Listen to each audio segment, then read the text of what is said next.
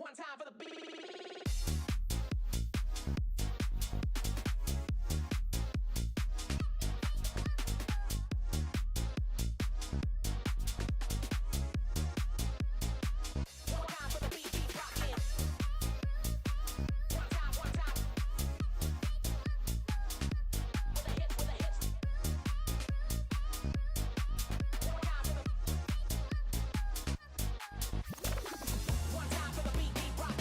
Step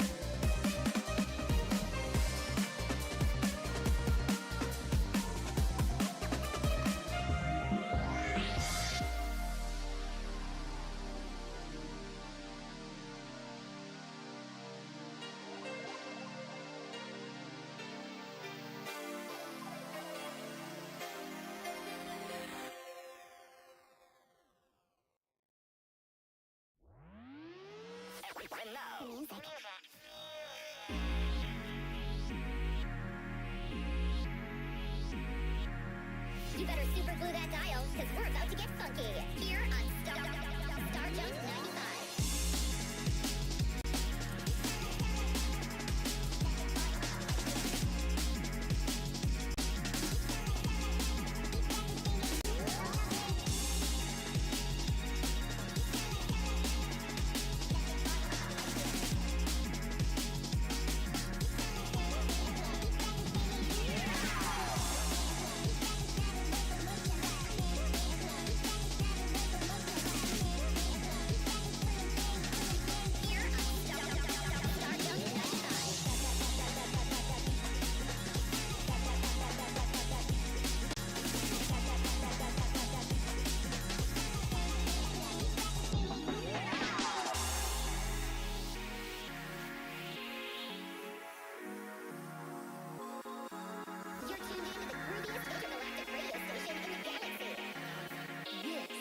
Star Jump 95.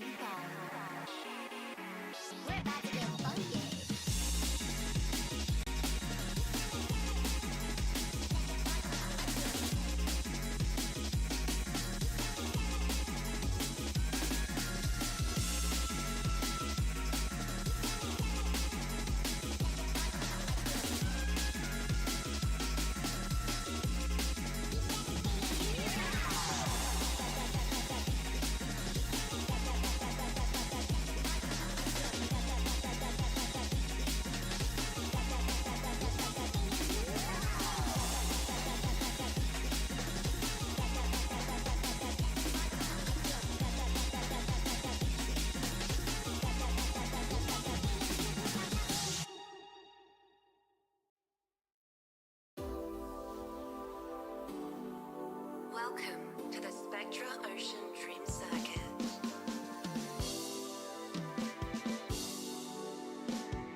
Racers, start your engines.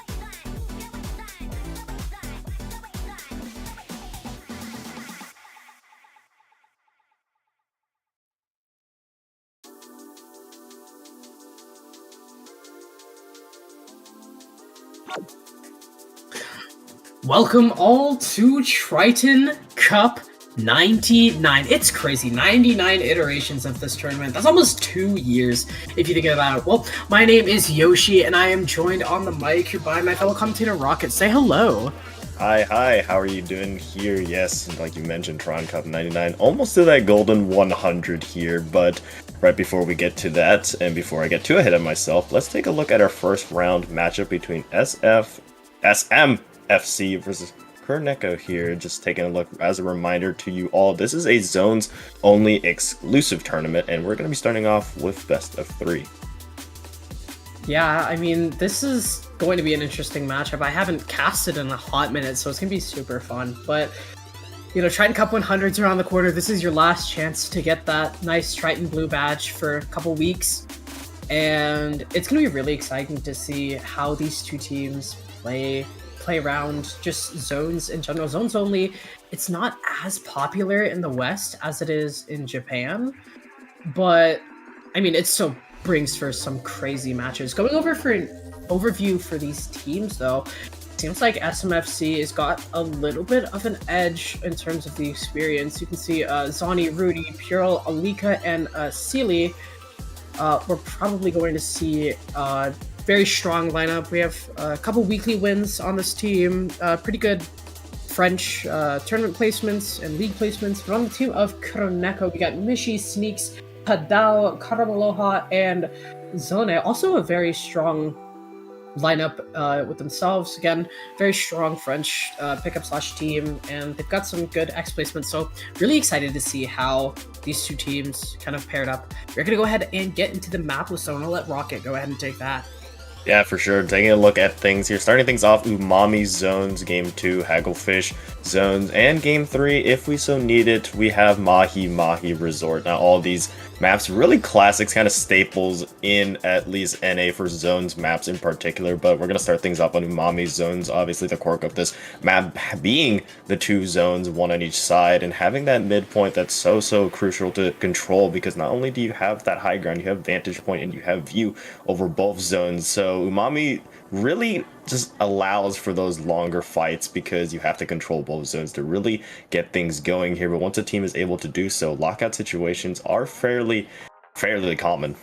Oh, for sure. That lockout pressure going into the opposing team's plat and just holding it down, holding them in spawn, it's super oppressive in Umami. So if you're playing on the defensive side, you're at that disadvantage, you need to make sure you can't get locked out or basically the game's over.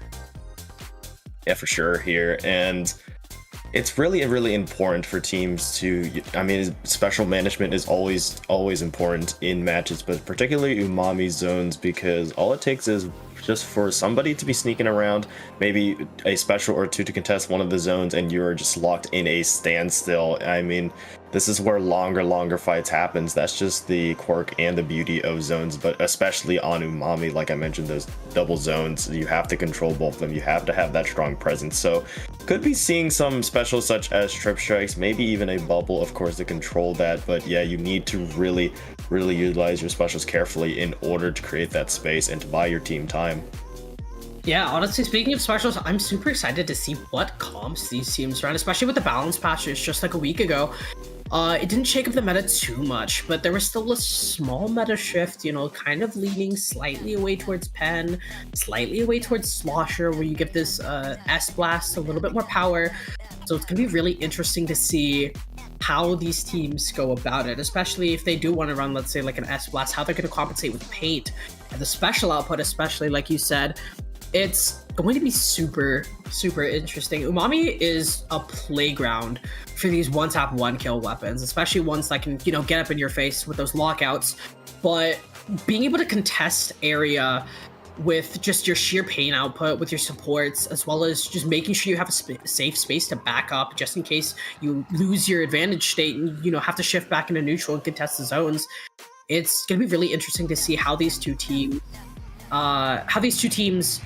lock in. We are going to go ahead and get started, though, on Zones Umami. And there we go. There's the Slosher and Aerospray edit with the support. And there's Classic Stamper. E-Leecher, though, good for long-range pressure, can really help in a lockout. And let's get started. Yeah, that Air Spray pick is an interesting one here. You see a bunch of special up on that Air Spray. You know they're just going to be farming Reef Sliders. All that Reef Cheese can be really, really valuable here. But off rip, we have a 2-player down situation now in favor. You can see now going to Haru Falls, ending up in a trade no matter what, but still a really great fight still going on, as you see here. Just taking so much space. You see Fodebo's just taking all the space already, and already in a good lockout situation here, just trying to set themselves up. And this is exactly what I was talking about, that disadvantage state for SMFC here. It's going to be a little hard to get out of. You see the Leecher is going to be able to pop special. There's the Wave Breaker coming out. The Air Spray has Reef Slider in, so they're going to see, maybe look to get one more special. There's the Slosher with the Tri-Strike. Tri-Strike's going to come out. Maybe a Reef Slider to pair with it. Tri-Strike to get in. Tri-Strike's going to be able to go ahead and get in the zone. You see that? And it almost has Cooler, but the lockout is holding strong. They are going to finally break in the mid, and it looks like the zones might flip, but Sneaks, the Zipcaster Stamper pressure, the zones are going to flip, but Sneaks maybe able to find huge value. Nothing there, and it looks like the jump is going to be camped, unfortunately, and we are going to go ahead and see SMFC just try to regain some ground. 32 off first rip is huge, but a wipe, almost a wipe there from SMFC to put Kuroneko in a little bit more of a disadvantaged state, but it doesn't look the lockout is too harsh right now. Yeah, SMFC, a great recovery there, but they have a great opportunity at taking this lead here if they can just get 1 or 2 more team fight victories here. That is not a large lead by any stretch of the imagination. You have P-Roll here. Crab actually being denied by Sneaks yet again on the Zipcaster stand, just trying to be that distraction for the members of Kuroneko to try to get into the zone, but still heavy orange all around the map here. Just players falling left and right. Eventually, though, 2 players do end up falling for SMFC, maybe giving it opening for Kuroneko to move in. 2 down on the side of SMFC here, but we are going to see just this launcher's doing work right now. They got a 3 before going down, and I mean, the zone's already going to flip to orange. The penalty was applied, so it's not too much of an issue, but I mean, just it's very apparent who has control right now, even with the special output coming out. You know, Sneaks has a special. We're going to go ahead and see a Zuka come out from Riku. We're going to see the zones flip, but I mean, in terms of sheer pressure, there's not that much. I mean, yeah, you see yet again Sneaks just again with the Zipcaster still managing to at least draw attention or even finding a pick here, but still. We have Kuroneko with that very slim lead. Both teams in penalty here. You see just these support shooters like this Zap just trying to create so much space for the rest of Kuroneko to really work with. You see now Map heavily in control of Kuroneko here, and they could easily continue their spiraling out of control here. This lead now being extended. The Trip Strike's right on cue, though, maybe to try to contest this. They need to go soon. They need to get in. SMFC trying to contest at least that bottom zone there will at least stall out the hold and at least give them some time to get in, and it looks like they'll actually manage to contest that with a great pick by Haru there to open things up. Yeah, and you see a huge blunder. I don't know if people in the stream noticed Kuroneko end up popping the cooler a little bit too far back, and that gave the SMFC members space to work with that bottom zone, start flicking for picks with that tactical cooler not being able to give instant respawn. And I mean, Kuroneko is just kind of struggling right now. Sneaks is going to try to see if he can create an opening with the Zipcaster, but it's not really going to matter. 2 go down, though, on the side of SMFC. But oh my god, the Reef Slider. There's the Aerospray trying to get something done. It's going to be able to solve for about 2 more points, but the delayed wipe coming out on the side of SMFC, and Kuroneko is going to try and set up another lockout here. Yeah, continuing to tick down that penalty now. Only a minute remaining in the match, and so far Kuroneko pushing so far into the side of SMFC here. You see, though, early off, Sneaks is taken out, so that will give that'll give SMFC some time to pop to go in. You have that cooler being popped as well, but they need to go soon. The penalty is almost done for Kuroneko to continue trying to snowball this here. 5, 4, 3, 2, 1, and now they're out of their penalty here. You need to get into the zone, but the picks are still going into Kuroneko's favor as they don't seem to have much space to really work with. 10 ticks left. You have the Stamper actually going down here, but still the picks continuing to go in, painting desperately to try to paint that right side, but still ultimately that scrum will go into the favor of Kuroneko, and so does the game, taking game 1 for Kuroneko. Off to a great start. For sure, and I mean, honestly, that was, you know, except for the middle, it seemed really dominant in Kuroneko's favor, even with the blunder tact cooler and getting pushed back by that Aerospray towards the mid game, even taking the timer past 4 minutes. It wasn't that much of a close game. I think the only big pressure SMFC had was towards that mid game I said where, the scrums were kind of going 2-2. Nothing was really happening, and the zone was just slowly taking down for SMFC, but Kuroneko able to really bounce back from that tactical blunder and, push hard, get a lockout position running, and even with the splash, they're trying to push and get that last minute pick. They were so staggered, it didn't matter. Even if the splash didn't go down, I don't think SMFC can recover here.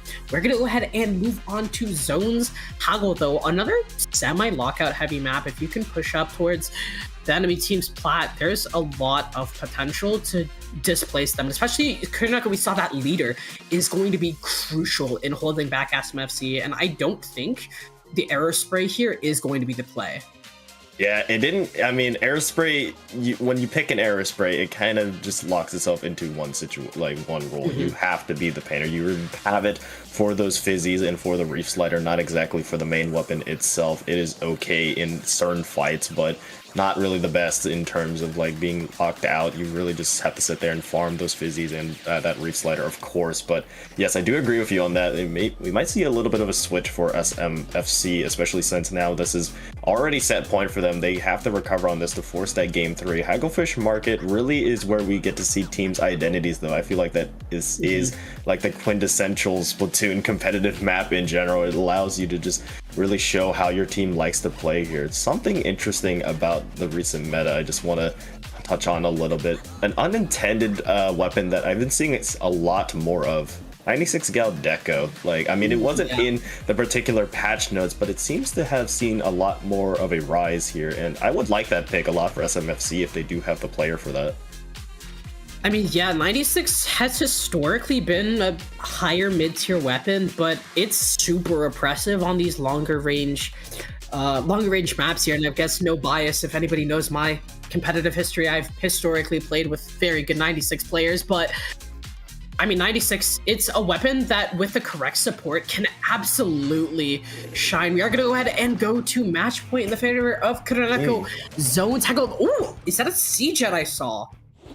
Yes, we do see a Jet Squelcher. Still sticking with that Aerospray, though. And again, still very interesting comp that we're seeing out from both teams, particularly in SMFC here. No traditional backline per se. You could have that Jet Squelcher to fill that 96 role, but still no backline. On the other side, you have that E-Leader Kraken now on that side, but still SMFC with a strong opening, trying to change things, already with a 3 players down situation in favor of them taking this space really, really quickly. Yeah, I think honestly the C-Jet here is kind of an underrated pick. That Toxic Mist is going to be able to just zone out entire portions of the map for retake here on the side of Kuroneko. And we are going to go ahead and see the Kraken. The Tri-Strikes are almost going to be up to maybe go for a little bit of counterplay. Oh, Maxwell was down though. Mishi with a huge pick with that Kraken is maybe going to find a second with the leader. No. Beacon down, they're going to be able to shark, but Riku's going to be able to find a pick, maybe try to get the zone back in. Almost down to 30. Ellie in full effect here, 37. The Aerospray is going to get picked. There's the Reef Slider. Oh, but kind of misuse. Sneaks is going to be able to punish it, and even though LD is in full effect, maybe they're going to be able to go for a good play. Haru here is going to notice the street early, and the zone is going to flip. So Kuroneko have a little bit of breathing room with that 57 penalty, but SMFC, compared to last game, they've absolutely turned the tone around. Indeed, and they've been playing at a very fast, very aggressive pace that ultimately got them this lead so far. They still have a somewhat strong hold onto the zone here. You see Mishi trying to jump out, won't manage to get that jump out in time, managing to stay alive, but still Haru on the side of SMFC has just set up so much real estate, still staying on the zone, creating so much space for the rest of SMFC to go around. Yes, they do go down here, but still the point total is ticking down in a 2-player down situation. Kuroneko can push up into this zone now. You see the Aerospray now being punished, a main painter down for SMFC. You see Sneaks also managing to get one onto that splash here, so a lot more opportunities to really move in. Jet Squadron fighting on this right side, just trying to see if they can stall a little bit, but now Kuroneko with a stronger control into the zone can now try to get back from this deficit. Yeah, if Sneaks doesn't go down here, manages to find one with him, and he does, that's going to be huge for Kuroneko because it disrupts SMFC's retake really harshly, and Mishi's going to be able to find a Kraken, but They get the zone, the shot goes down on the side of Kuroneko in the middle of zone, and I don't think anybody notices. I mean, Sneaks is trying to push up right now, but what is this retake? It looks like SMFC is just locked out with zone control, and I mean, there's nothing Kuroneko can really do about it. They're also sparsely spread out around the map. They can't really take those safer 2v1s. The retake is disrupted, but here we go. The cooler's gonna come out, the Zipcaster's gonna come out, and here's the aggression we want to see from the Stamper. They are going to go down though, but can SMFC recover even with that leader and the Zuka Pop? I mean, they have a lot of retake specials to do it. They have Crab. You saw the trip strikes go out. Unfortunately, is taken out by Riku there. Mishi almost has a Crab online. You see the Reef Slider now going in. A lot of specials being used here, but still, Mishi with that trade at least allows Kuroneko to still have a strong hold onto zone here. SMFC need to really recollect themselves as you see a one-on-one fight is happening. A little bit of an awkward fight here on the street. It's actually a lot of the players from both teams just being invested on that side, and it ends up actually going into the favor of SMFC. 2 players down now from Kuroneko here. Just a shot and the E leader left on the side of Kuroneko to really push in. Pyro just has this Crab also available as well if they so use it, as well as the Rain online, but SMFC could easily go for a knockout situation here if they win this team fight. Yeah, this Peril the Splash converting the 1v3, absolutely huge to disrupt basically any hope of Kuroneko getting zone control in that push. And I mean, right now they're just getting oppressed. The retake is stalled. They only have 8 seconds and they have what, a Kraken? If they don't die in zone, they're fine. Oh, but as I say that, commentator's curse, they die in zone. The Kraken's gonna come out. But Mishi's kind of in a dangerous position here. Maybe try to get back to safety, get the leader pressure back up, get those beacons down. And Kuroneko is gonna really have to work in this last minute if they want to close out the set. For sure here, a lot to come back from, but it is 100% doable, especially with the penalty on SMFC. You have the Reef Slider available on this Aerospray. The Fizzies are going in there right on cue. The Reef Slider goes out, managing to find one and immediately capturing that zone. So much space being created just by the use of that Reef Slider. Now 2 players down in total for Kuroneko, as well as SMFC having 2 specialists. Hold on though, we're seeing this. We're seeing the shot just changing some fortunes here. Riku managing to find a quick double, being able to contest the zone here a little bit. Might be even find more here. Trying to find the Sharking player, will find that Sharking player. Now 20 seconds left on the clock here. This will certainly go to overtime. At least that's what Kuroneko is trying to go for here, but it needs to be a very, very strong hold.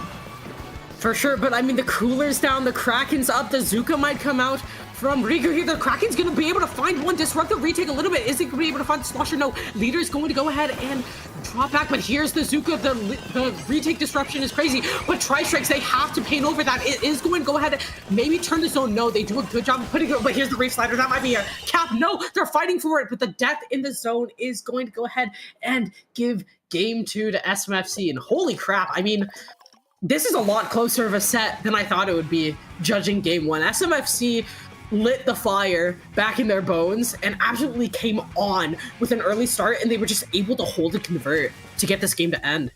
Yeah, I mean, I had doubts at the beginning of that game just looking at the comp that SMFC was running. It's a very unusual comp, but hey, it really, really worked there. You had so many different specials to really try to retake that. You had the Rain, of course, you had the Reef Slider with the Aerospray, you had the Strip Strikes coming out from the Slosher. So many painting specials that really just left Kuroneko not a lot of opportunities to get back into the zone. And really, this was kind of just set up at the very beginning. This game was kind of just set up to win for SMFC from the very beginning. That initial push that got them all the way down to, I believe, around like the 30-point mark, really just keeping that lockout situation, playing at such an aggressive pace that Kuroneko weren't ready for, and it allowed SFMC to stagger Kuroneko a little bit, buying them even more time that really Kuroneko just spent the entire game just trying to reclaim. But yeah, playing to their pace, SMMC definitely showing that they belong here. Now game 3, the decider one, will be Mahi Mahi.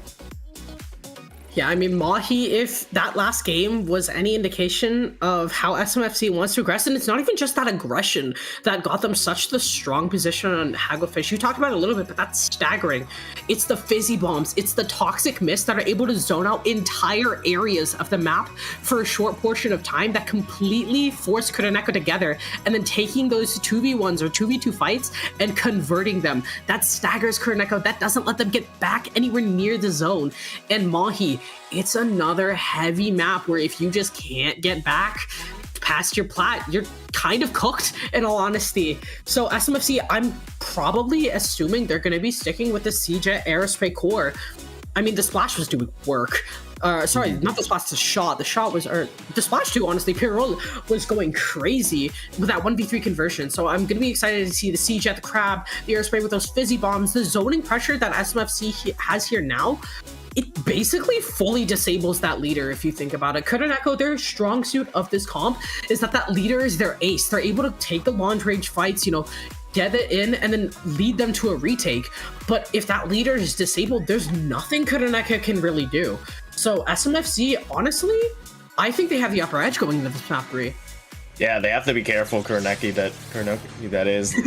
I mean, excuse me, I'm fumbling over. Seeing how aggressively you see the other team really play, SMFC, just their really unusual comp does in fact work here. And what do you know, they're running back the same thing here, Yoshi. They're just running it back. I mean, it works for them. Let's see if it continues here on Mahi Mahi. I mean, game 1 might have been lost only because of there being 2 zones, but now with all these retaking specials, SMFC could easily just continue their lockout situation that they had previously in Hagglefish, and they do end up actually taking that zone first.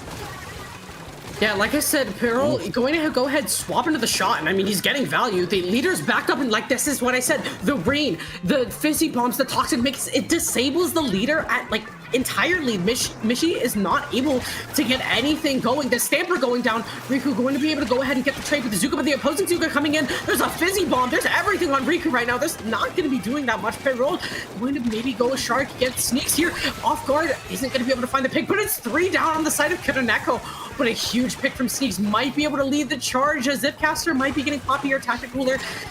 I mean, there's going to be a lot for Kuroneko to have to do anything. It looks like the players are going ahead and going to regroup towards the zone. 1 goes down on the side of SMFC, 2 go down, 3 go down on the side of SMFC. Haru's going to be able to get out maybe safely. The Zipcaster might be really big problem for Haru, and they are going to go down for that delayed wipe. But SMFC has done their job. All they have to do is get back in and then hold. Yeah, I mean, this is similarly deja vu to game 2 here. This is what you want from SMFC, excuse me, here. But Kuroneko needs to have this retake go into their, I mean, has to have the hold in their favor, because that's been their biggest struggle, at least for game 2 here. But you see a double Zuka shot. We'll end up finding 2 here on the side of SMFC as they now try to contest the zone here. This lead could easily be switched very, very soon here as SMFC are unable to get into the zone. You see the Jet Scorcher going down. Now the Slosher yet again. Haru falling here. Reslider goes in, trying to contest the zone, and they will end up flipping the zone just in the nick of time there, at least buying SMFC a little bit more time here to try to retake again. That's why you run special power up, folks. But I mean, analytically right now, just looking at it with that Zuka trade earlier, it's honestly not in the favor of SMFC, and I think Kuroneko took full advantage of that because the Aerospray goes down, their Zuka goes down, so 2 down situation. Sneaks here is going to be able to go ahead and try to, you know, find anything. Zuka gets 2 though, a huge shot from Pirol, and that's going to go ahead and early flip. The Tactic Cooler respawns are going to come out fast, but you got to understand it takes time to reset and get that retake back and running. And look at Riku. Riku's stuck. Is going to be able to find one though. Mishi's going to have to calm down and support. The Zuka's going to come out. Pirol goes down and Riku goes down. It's a 2v2 situation. No, sorry, 2v3. Kuroneko is going to be able to get that zone back, but I mean, look at the frequency of these respawns coming out from SMFC. This retake can honestly come out really soon. Here's the Reef Slider. It's going to be able to find one. The Airspray is going to go ahead and cap the zone. And I mean, the penalties just reset. Flitterblue is going to be able to go ahead, recap the zone. But I mean, what more can you do if you're Kuroneko? Like I said, all SMFC has to do, get a few picks, get that early lead, and then hold. Unfortunately, not the best Zuka for Pirol, kind of a desperation play, but if this timer doesn't tick down too fast, if they can get the Reef Slider, the Reef Slider is up, are they going to desperation pop it? Here it is. It's going to flip the zone though. It's going to go ahead and bring it to neutral, but the death in the zone, the Tri-Strike's just a little bit too late. Oh, but the flip, the Tri-Strike's coming in clutch, saving the lead for SMFC. They have 1:30 left to hold, and you have to ask yourself, Rocket, how long is this sustainable? It is becoming very, very volatile here, but Max continues to find a triple there. Really nicely done from SMFC to finally get back into the zone here, knowing, still holding that very, very slim 1-point lead, yes, but still with control of the zone now, they can really do what they do best. You see the Aerospray early going down though, so now a 3v3, actually, yeah, a 3v3 situation now for SMFC here, very manageable indeed, especially with that rain popping up, maybe getting that E-Leader a little bit uncomfortable, sneaks here, trying to find something on this right side, does manage to find Max there, and now Riku just trying to paint up the zone before the penalty can be eaten through. Now 22 will be on the score for SMFC, but now Kuroneko in control of the zone here. 45 seconds left. You have that Reef Slider ready on this Aerospray here, just waiting for that golden opportunity to push in. You see though, Haru does go down early here, so now you have to just wait and see if this Reef Slider is going to go out. It needs to go out soon though if they want to hold on to the lead. You see the Zuka coming out, yes, but the lead has been lost. Oh, but a huge Zuka shot there. Maybe the C-Jet, the Slosher can get the zone to flip, but Kuroneko, oh wait, no flip yet. They really have to work on hitting that zone. 22 seconds left. They have to find a pick on either the shot or the Stamper. Haru finds neither. And all of a sudden, it looks so grim for SMFC. Their retake was completely teetered out by that Chop Stamper combo. And with Haru just alive in the white, it's going to be lights out for SMFC, and Kuroneko is going to go ahead and move on to winners round 2 against Candon. I mean, that looked really, really promising for SMFC, though. I mean, at the very beginning, you saw it was basically the same formula from Hagglefish, just this time, just unfortunately, just weren't able to retake to the same power as they did previously on Hagglefish Market. Kuroneko finally found SMFC's little weak point there, and they were just really able to kind of just exploit it, really just being able to hunker down, being able to hold that retake. And still, although the Reef Sliders, yes, were annoying and did contest Kuroneko for a while there, they were able to get those key picks, ultimately able to overcome those specials and ultimately take that set.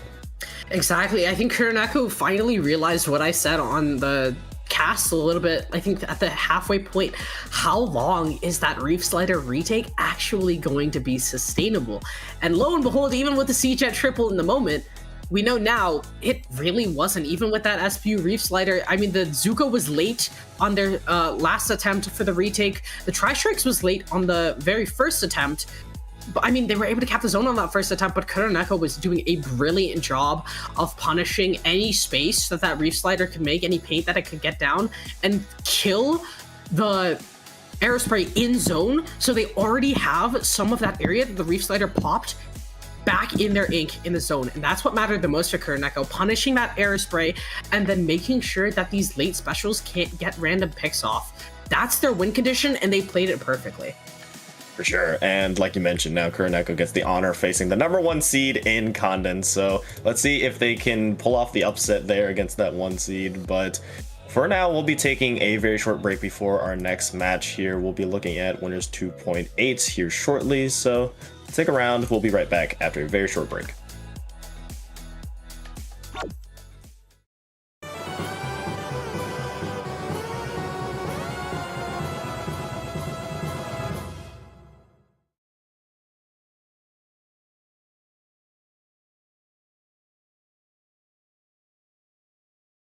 Spoke too soon, apparently. We're not flipping the zone. Come on, guys, we're not flipping the zone. Information a bit more control. Hydra just bowling and hello.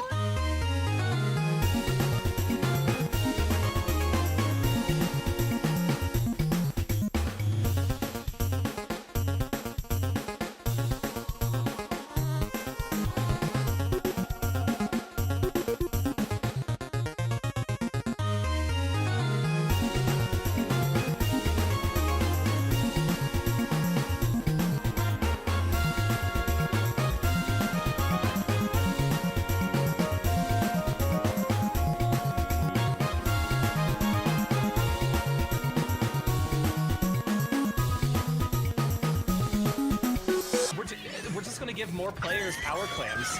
That's exactly what's happening. So they got them all in. Oh my goodness.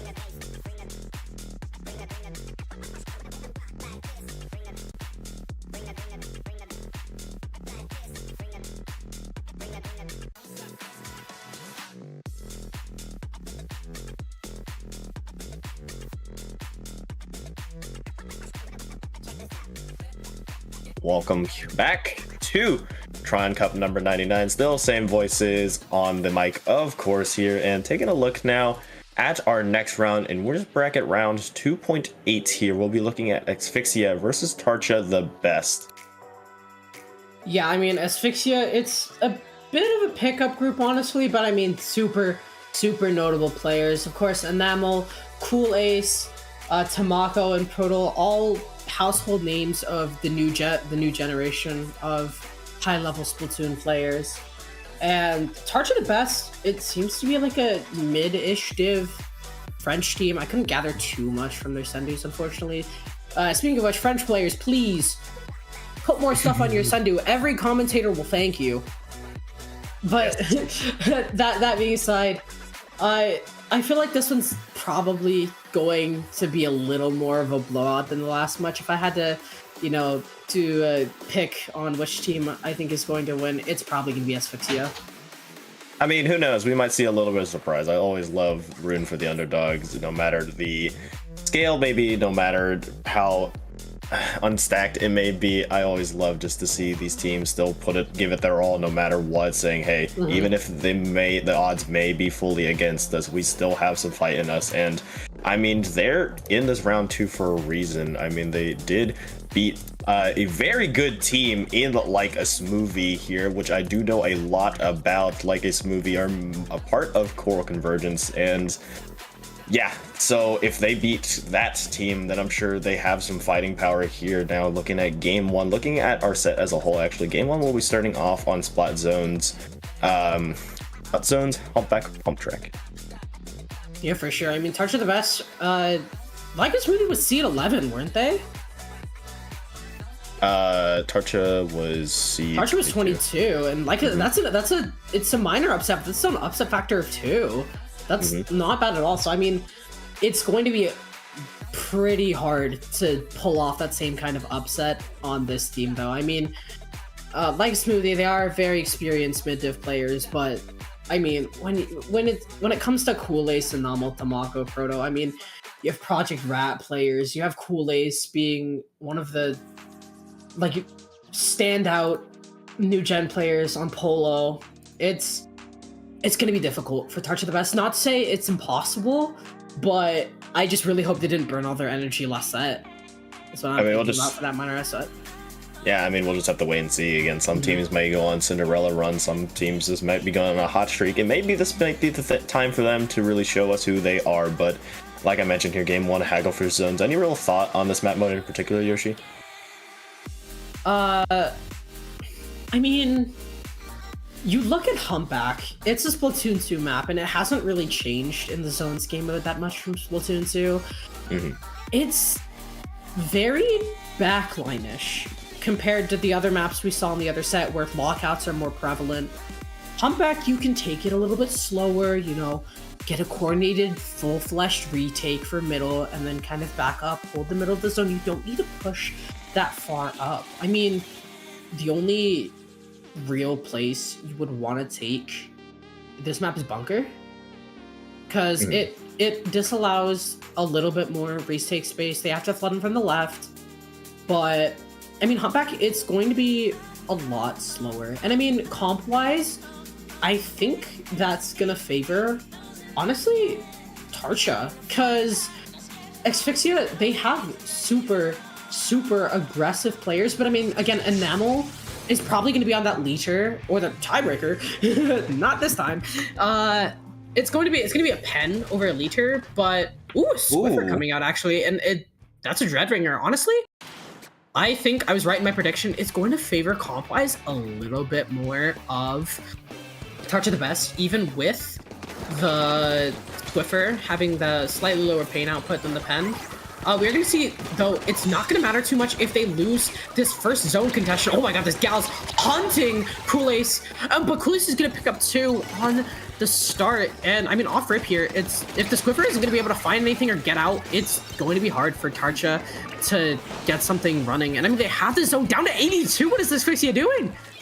I mean, I mean, yeah, you see that. Oh, a great shot by that Squiffer there, knocking out that pen. Really good opening pick. So now there's no more backline having to worry about. However, you do have to worry about your love on this Z Blaster. There's such a very strong weapon on Humpback Pump Track just because of the close range nature of it, having that splashdown, and they will end up taking control of the zone. Yes, they do go down here, but lead now in Asphyxia's favor. Yes, Asphyxia here. Like I said, that bunker is going to be really strong for backlines, and what is Enamel doing? Playing bunker. So we're gonna go ahead and see. Oh, triple splashdown coming out on that right side by Cool Ace. Not gonna find anything, but you know the retake coordination is going to have to be very strong here. Reef Slider couldn't come out from Firecat. Is unfortunately gonna go down and insta flip the zone, but the penalty points have been applied 2 down on the side of both. If the Gal can find the pen here, it's going to be super strong. The Blaster does go down on the side of Asphyxia. Firecat's going to be able to pick up another one. MS, oh dear. Really going far out. A little bit of an overextension, honestly. Proto going to maybe try and pick up one, ends up doing so. And that's going to be a wipe on the side of Tarcha the Best. And, oh, here we go. Like I said, that bunker control is going to be huge to disallow the retake. Proto's already contesting it. They have Tri-Strikes in the live. Splashdown's going to come out from Cool Ace. Not going to be able to find anything. Oh, but the 3 go down. And that's a wipe! Yeah, a quick wipe now in favor of Tarcha the Best. Now they have a great opportunity to get this hold here. Don't have to have much penalty to really work about here. The Squiffer just trying to hunt for an opening pick here, trying to just delay Asphyxia from going in here. You see on this right side now, with that bubble online as well, creating so much space. You see all the players of Asphyxia actually now leaning towards that side. Your love will take them down with that splash, but a lead being taken in favor of Tarcha the Best. However, Asphyxia are fast trying to mitigate that lead here, as 2 players down for Tarcha means that they will have to go back here, trying to live to fight another day, but Asphyxia back into it. This has been a very back and forth match so far. Oh, for sure. But I mean, if you're looking at this analytically, you see that Asphyxia is just making slightly better plays. I mean, Tarcha's been able to get some really good pressure coming out, but they aren't controlling key places that will hold Asphyxia's retake. And I mean, of course, I said bunker was one, but also this upper left side that you see, Cool Ace is going to try and like contest right now, which is probably the best play. You have triple splash down here, you can protect yourself, and here's because it comes, it's probably gonna get one. Yeah, one goes down, and Asphyxia is gonna take the lead. You can see they're just making slightly better decisions. They're gonna hold bunker, they're gonna hold pot there, and I mean here bunker is gonna come out. Wait, this might honestly be a zone flip because they let this happen bunker. I mean, yeah, now you see a bunch of players from Tarcha now trying to live up this opportunity. The Zap does go down and actually does the Gallop, but the trades are being very evened out, and you see the Reef Slider coming in from that the Dread, and so the Squiffer managing to find that pick as well, maybe trying to find for more as well, and the Asphyxia are cut out of the zone. Yes, they do have Trip Strikes available for them here, and they will go out right on cue just to try to get back into zone before Tarcha can get any more points on the board. That penalty will not be eaten through in time, as now Tarcha just have to be forced back. The Zap does pop cooler here, so now a little bit of an opportunity for Tarcha to try to respond in kind, but the players are falling left and right. You see the Reef now going in to maybe flip things here. It will cause a slight delay, but ultimately Tarcha will be delayed wiped. And you have to ask yourself, is that really worth it? 30 penalty points to completely stagger your team and disrupt any chance of an early retake. If they get Tamako here, it's going to maybe be mitigated, but no, Tamako is going to be able to live, and even the zone flips, you're going to be able to see Asphyxia just contest the zone really quickly here. You see Enamel there on that bunker. Cool Ace maybe trying to fish a pick. Triple splashdown, going to be able to bail them. The Cooler as well. It looks like it might just be a triple splashdown on the zone. I'm correct, and it's not going to find anything. Oh, and Julu, huge pick to, you know, displace Asphyxia. Is Enamel going to get out safely? I don't know if they can, even with the Cooler. Not going to be able to get a quick jump out. Cool Ace insta drops. It looks like they're getting a little bit desperate for the zone, as there's only 4 seconds. Tamako with a huge Zuko, but the zone is going to be flipped on Tarcha the Best side. Oh, but a wipe early. They've only got 30 seconds to retake. Not even. It's 30 ticks. And they don't have a lot of time, but I mean, Firecat just needs to get in that Reef Slider, and they could have a fighting chance. You see the Squiffer just trying to draw attention on that right side, but now time is going down. You see the Gal and the Zap going into the left side, managing to find one. 3 will be had, and with that, a quick pop and retake of the zone. Tarcha the Best taking game 1 in this set, and hey, I mentioned it at the beginning of the set, Yoshi, they may be underdogs, but you don't want to count them out before you've seen them play here. Game 1 will be taken by Tarcha the Best. Yo, I don't know who Tarcha is, but these guys are crazy. What the heck? They just the gal straight up dropped, no fear, picks one in zone, and just stalls for the rest of the retake.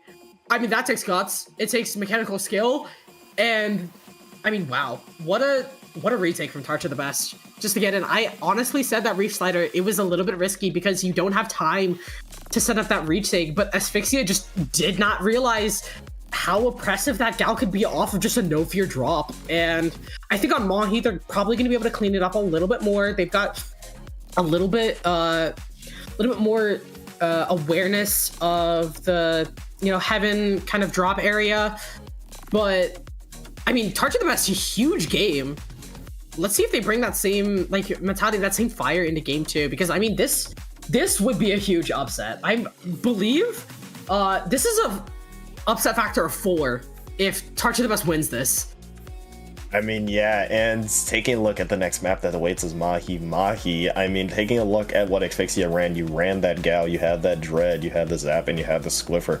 I mean, those are all pretty solid weapons for this map in general. I mean, we saw how well Reef Slider could contest the zone in that previous set we were just commentating here, but Dread has that midline fighting ability compared to Aerospray, so you have that little bit of a leg up. I mean, you saw it work wonders in at least contesting the zone, or at least drawing attention, and especially that Gal you were touching on as well from Tarcha has doing some damage on the other side for Asphyxia here. Maybe we could see a little bit of a switch in terms of weapons. Another weapon I've been seeing a lot more of is Lunar Blaster Neo, just because of that hammer buff.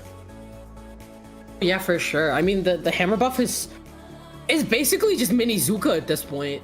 And it's indirect too, which is absolutely insane. We are going to go ahead and get started. Match point for Tarcha the Best on zones. Mahi, let's see what they bring out. Oh, there's the Lunar Blaster Neo. You called it perfectly. Holy crap. I had a feeling, yes, I had a feeling, and I mean, this is one of the perfect maps for it. You see with that hammer and Fizzy, such a great sub and special combination for zones here. You see the Slosher as well for Asphyxia again for those trip strikes. Already in a 2-down situation here, as now Asphyxia are not taking that previous loss lightly. However, you see on the other side a Seed Blast from Tarcha the Best, now flipping the script of things. Now instead of running something else, you see them going in, but now Tarcha the Best have strong control of the zone yet again, and they are here to stay. Rocket, I feel so bad for you for the last 15 seconds because I did not just realize what in the world just happened. There were 2 down, like at 6 different points in the game on both sides, but it looks like Tarcha the Best is going to go ahead and, you know, just regain a little bit of control. The lead's going to go ahead and flip in their flavor, and this Blaster here might get taken out of the pen, is going to go ahead and leave, but here we go. They have one of the retake specials up, and it looks like, yeah, here we go. There's going to be the pop. The Zuka might come right after. See, it is charged. There's the Zuka. The zone is going to go ahead and flip. The Sea Blast goes down. It looks like the Squiffer might also go down as well, but oh, another clutch bubble to come out. Nice hack cooler as well. It looks like Tarcha the Best is going to be able to hold off a little more. And as I say that, Asphyxia go 3 down. What? Yeah, 3-down situation here. Now taking down that penalty. You see Reef Slider also available from Tarcha if Asphyxia are able to contest the zone here. So in such a great situation, especially with having weapons such as that Sea Blast here, camping that left side, just daring any members of Asphyxia to go. And Pen goes down early, both sides losing their charger weapons, but the Reef Slider will go in to contest the zone here. 30 ticks left on the board for Tarcha to hold here. Your Love is going to be in a crucial fight on this right side. We'll take that fight, and we'll also take that jump as well. Now a one-on-one fight here between this Luna and the Dread. The Dread will be able to paint over the zone more here as Your Love is flipped back. 15 points on the board left as hammer available. This needs to be a huge hammer here for Asphyxia to try to contest the zone. At least draw the points away. This is 3, and it is huge there. Asphyxia will stay alive. What a hammer. I think that just single-handedly saved the game for Asphyxia. Cool Ace. A triple on the hammer, no throw. That was huge. There's no way to understate that. That was absolutely huge, and that's why Cool Ace is one of the better blaster players in the current day. I mean, the plays they're able to make with their specials and their main weapon, it's crazy. Reef Slider is going to go ahead and establish a small penalty on Asphyxia, but it looks like they're going to go ahead. The dust is going to settle, and control is going to go ahead and flip over to Asphyxia's side. Unfortunately, Cool Ace is going to slightly overextend and get picked. But I mean, 2 down on the side of Tarcha the Best. You've got to ask yourself, how is this retake gonna work? I mean, you're staggered. Firecatcher's going in. I don't think he cares about the retake, and might go down in zone. There's Coolies with another double on the hammer. Triple, baby! Oh, yeah! And there's the quad for Coolies.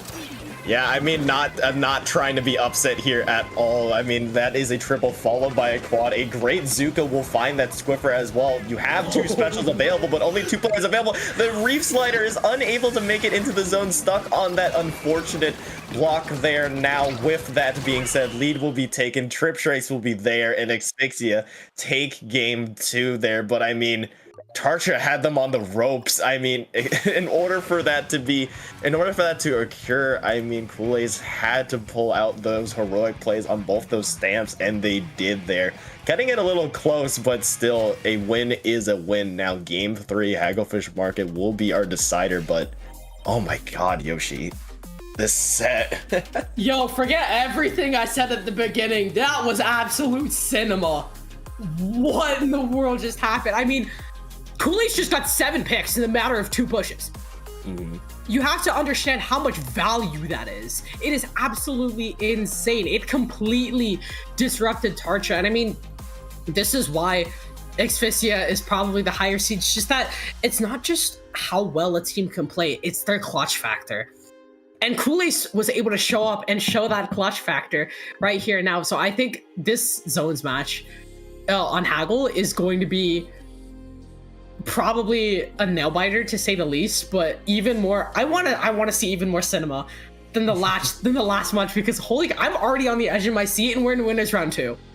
Yeah, and I touched on it. We like right on cue. Neo Luna Blast is seeing a lot more play, and you can see it right there. Not only does the weapon provide so much value in close range, but so does that hammer, bringing it back again. I mean, why not? Of course, you did so well with it. On the other side here, seeing a little bit of a switch here now with the Gal as well, so a little bit more fighting power with that wall. Maybe to slow down Kool-Aid a little bit here, but this will be your decider. Will there be an upset, or will Asphyxia clean out the reverse sweep? We have to wait and see, but already we see Kool-Aid's managing to find one. Will get traded on that right street, however, as Asphyxia will have control of the zone.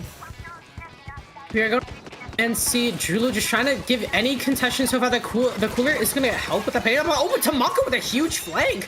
Able to get 2. The Dread is going to be the only one alive, and they are going to be stuck on this glass heaven area here. Oh my god, Kool-Aid. Don't do it to him. Gets 1, isn't going to find another. But I mean, look at the numbers on Tarcha right now. This retake is absolutely disrupted. And another pick. I mean, Rocket, what is... Tarcha's in shambles right now. I mean, yeah, but you have that reslide to potentially try to retake this. You have the trip strikes as what on the other side, though, but the hammer's going out from Kool-Aid, managing to find 1 here, managing to see if they can contest a little bit more, but Keely, Tarcha are at least able to contest the zone a little bit, at least forcing that pendency onto Asphyxia, buying themselves some more time here, but still the picks are going into favor of Asphyxia with a strong hold here. It's going to be a hell of a retake attempt from Tarcha if they want to get into this, especially since specials are going out left, right, and center. A great Zuka will find that zap. Yeah, I mean, they've been 2 down for basically the entire game. Here's going to be another situation where this Dread's going to die. They're staggered again. They've gotten 3 whole points on the zone, and the penalty's going to compensate for that immediately. They're kind of feeding now. I mean, this Squiffer shouldn't really be taking the space, in all honesty. They need to wait for a retake, and I mean, a good back up the glass here, but these guys, Target MS needs to coordinate a really strong retake. MS is going to drop. And are they going to know that they do have find a pick on the slosher there? Oh, but Enamel doing work is going to be able to get to. Will they be able to find the slosher? No, they are going to go ahead and jump out. And this is Tarcha's first, real hold on the zone. But I mean, just getting back in for Asphyxia shouldn't be hard. If Kool-Aid finds one and they do, the Zuka's going to come out 2 left. This Dreadringer is going to go down off an overextension into the Zuka push. That jump honestly might get canceled. I think it did.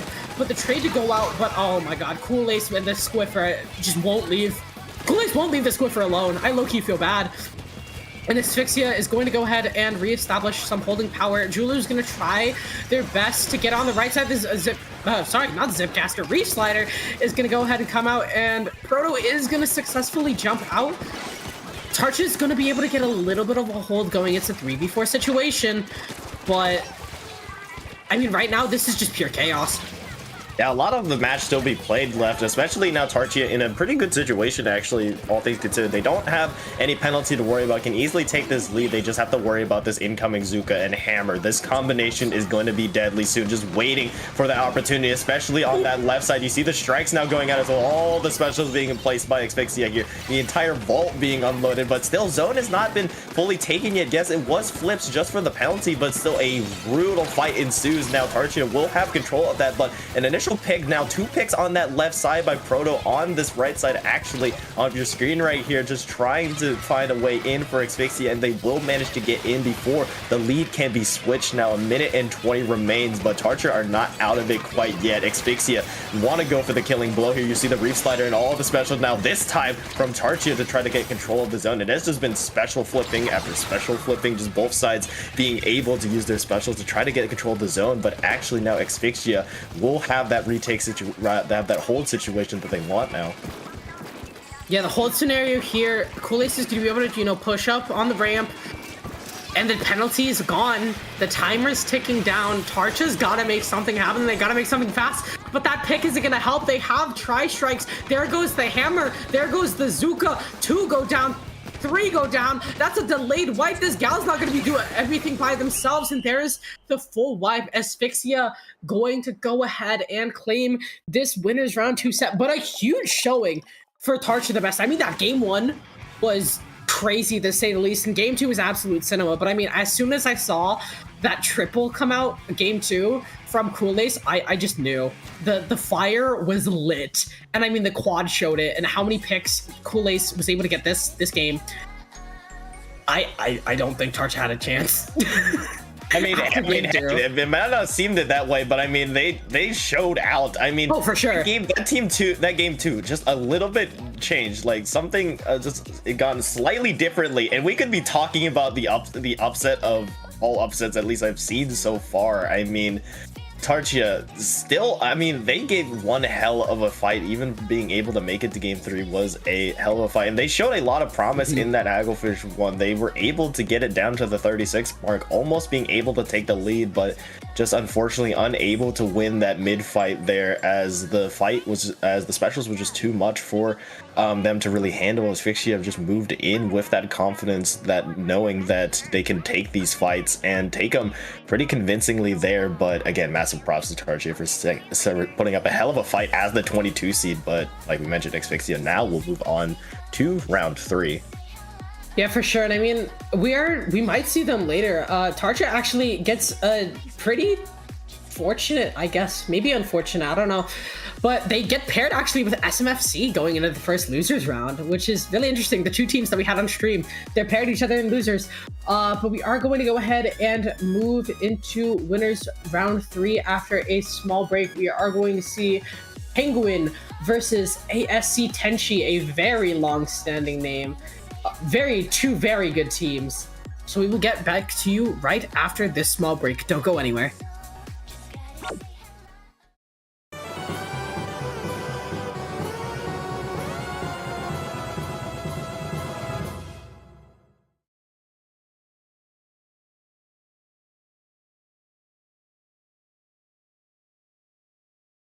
Spoke too soon, apparently. We're not flipping the zone. Come on, guys, we're not flipping the zone. Information a bit more control. Hydra just bowling and hello.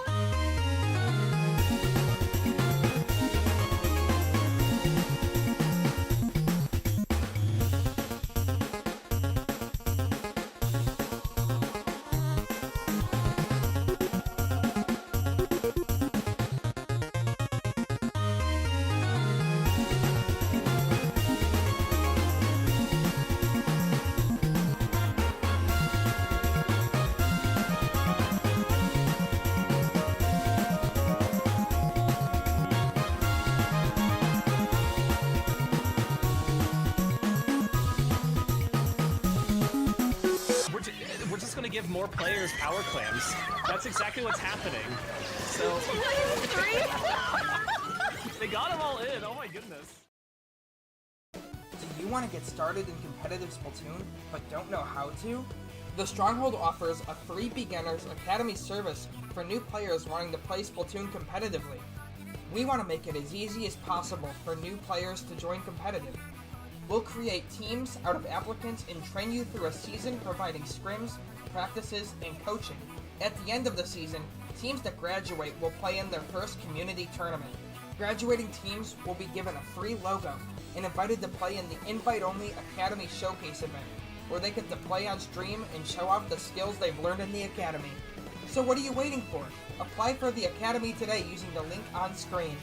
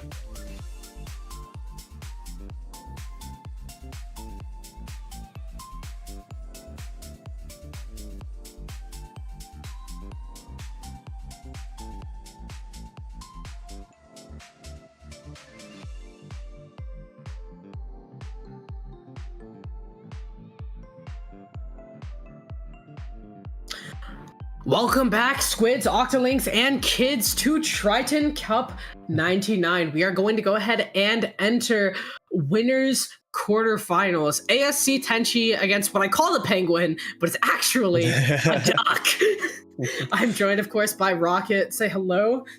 What's up, what's up? And taking a look, these are two very stacked teams here. I mean, Duck has a lot of familiar names. I mean, Tantor from Poyo, we have Devin in 4K, the E-leader. I mean, the only really predominant E-leader I've seen. I mean, we've seen a couple of E-leaders already in this tournament, but I mean, when I think E-leader, Devin is the first one that comes to mind. IPS and Nick as well on that team. On the other side, ASC Tenchi, a predominant team in EU. We've seen them around a lot. Yeah, long time running for this Tenchi team.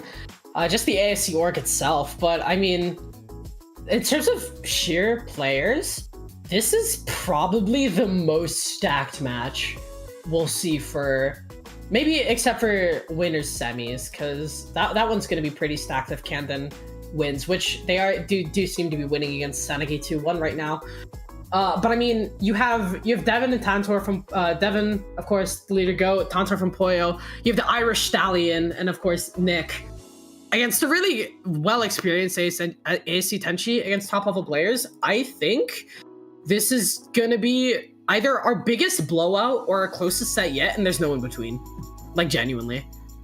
Yeah, and as mentioned, this is now best of 5 now. We're going to be having longer sets, a lot more cinema here, a lot more time for these teams to really get to know each other. That's the most important thing I feel like that people underestimate a little bit from comparing best of 3 to best of 5 now. Both these teams get a little bit more familiarity with each other, kind of learn what the other team might run, might try to find some counter picks to that, but ultimately will give now some more opportunity, affording some more mistakes to really be made here, and maybe some comebacks in terms of the set as a whole. But starting things off, we're going to be looking at Splat Zone's Mako Mart. Yeah, and I mean, this is a Splatoon 2 staple. It's not as common as Splatoon, like in Splatoon 3, but both of these teams should be absolutely experienced on this map. I mean, this was arguably the most popular map mode in Splatoon 2, Zone's Mako. And both of these teams, with Duck being a pickup, of course, with their players, except for maybe Tantor, getting their like bigger starts in the like mid to late end of Splatoon 2. So it's gonna be not really interesting to see how they play, because if you've seen any of these players or teams before, back in the day, you kind of know how they're going to want to play, because Zone's Mako isn't played that differently as it was now today. The other maps, though, I see Ramen, I see Haggle, of course, Mahi. This is a really, really nice best of 5 map list in all seriousness. And I mean, Mako, it's a great start. And I'm curious to hear your thoughts on how these teams are going to go about not only just this Mako map, but the set, Rocket. I mean, yeah, Mako Mart really just lives for these closer range weapons, and I'm going to bring it up again.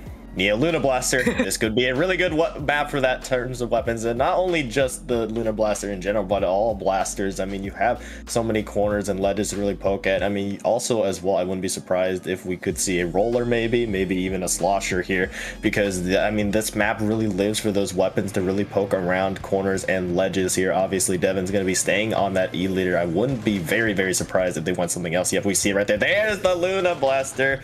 There's the Luna Blaster right there coming up from Keltec there. And on the Leacher other side, Luna, though, in this same comp, I mean, IPS, the Irish Stallion, he's gonna have to do a lot of painting to support this comp. A lot of painting. I mean, it's an octo shot. You still have those trip strikes for that value there. But we see here already KC with this roller here, just trying to make so much presence. Space just created so much just by this roller, and the fear can create, and already managing to find one here. However, on the other side, ASC Tenchi does lose 2 of their players here, as you see Keltec on this left stack with that Lunar Blaster trying to cause some havoc here. But still, this roller is being a absolute presence here with that bubble up as well, finding 2, and already here ASC Tenchi down to the 60-point mark. Yeah, Tantor, Tantor tried to find something to get Duck in place, but I mean, Tenchi, like I said, high-level team, they've got a lot of experience against both NA and EU top-level teams and pickups, and I mean, it's showing right now. Even with 2 down, they're still able to keep the zone all the way to the 30 mark, actually, and the Tri-Strikes are going to come out. They might be able to stall out the zone entirely. 2 go down on the side of Duck. 1 dies in the zone, but it's not going to be enough to flip a 2v2 situation, but it doesn't look like they're going to paint over the zone. Almo there is going to be a little late to the party, so it looks like the zone is finally going to flip in Duck's favor, but a huge start for AFC Tenchi. Oh, absolutely. Huge start, huge lead, but here, Duck is here to stay. A quick wipeout will now allow their players to set up in a great position. You see that Luna Blaster already rushing to that ledge, being forced back here a little bit, but still, it is going to be a very large lead to come back from, especially since the trip strikes are going right on cue. You see that roller going in, trying to create all that space. The bubble will be found, but actually going down there, and now an opportunity, actually, for Duck to take this lead back here. You do have to worry about this flanking player on the left side. It is the Slosher here, maybe trying to get into the back of Devon here, but still found out, still finding picks, managed to find a double, and a gift will await them in that jump as well. Maybe trying to go for the quad here. Quad will be denied, yes, but presence has been made, and now ASC Tenchi back in business, but you still have to worry about Keltec. Yeah, Tantor, they're not completely back in business. Keltec's going to be able to huge charge for the retake. Hammer might be coming out soon. Oh, Lucky wants revenge, though. Lucky wants revenge. You can see the absolute oppression. Lucky, 1 shot there on the side of Tantor. Tantor is going to go ahead and go down. And I mean, yeah, now the retake is disrupted. Tenchi is going to have a lot of stalling power. The strike's going to come out. Lucky's going to live. Oh.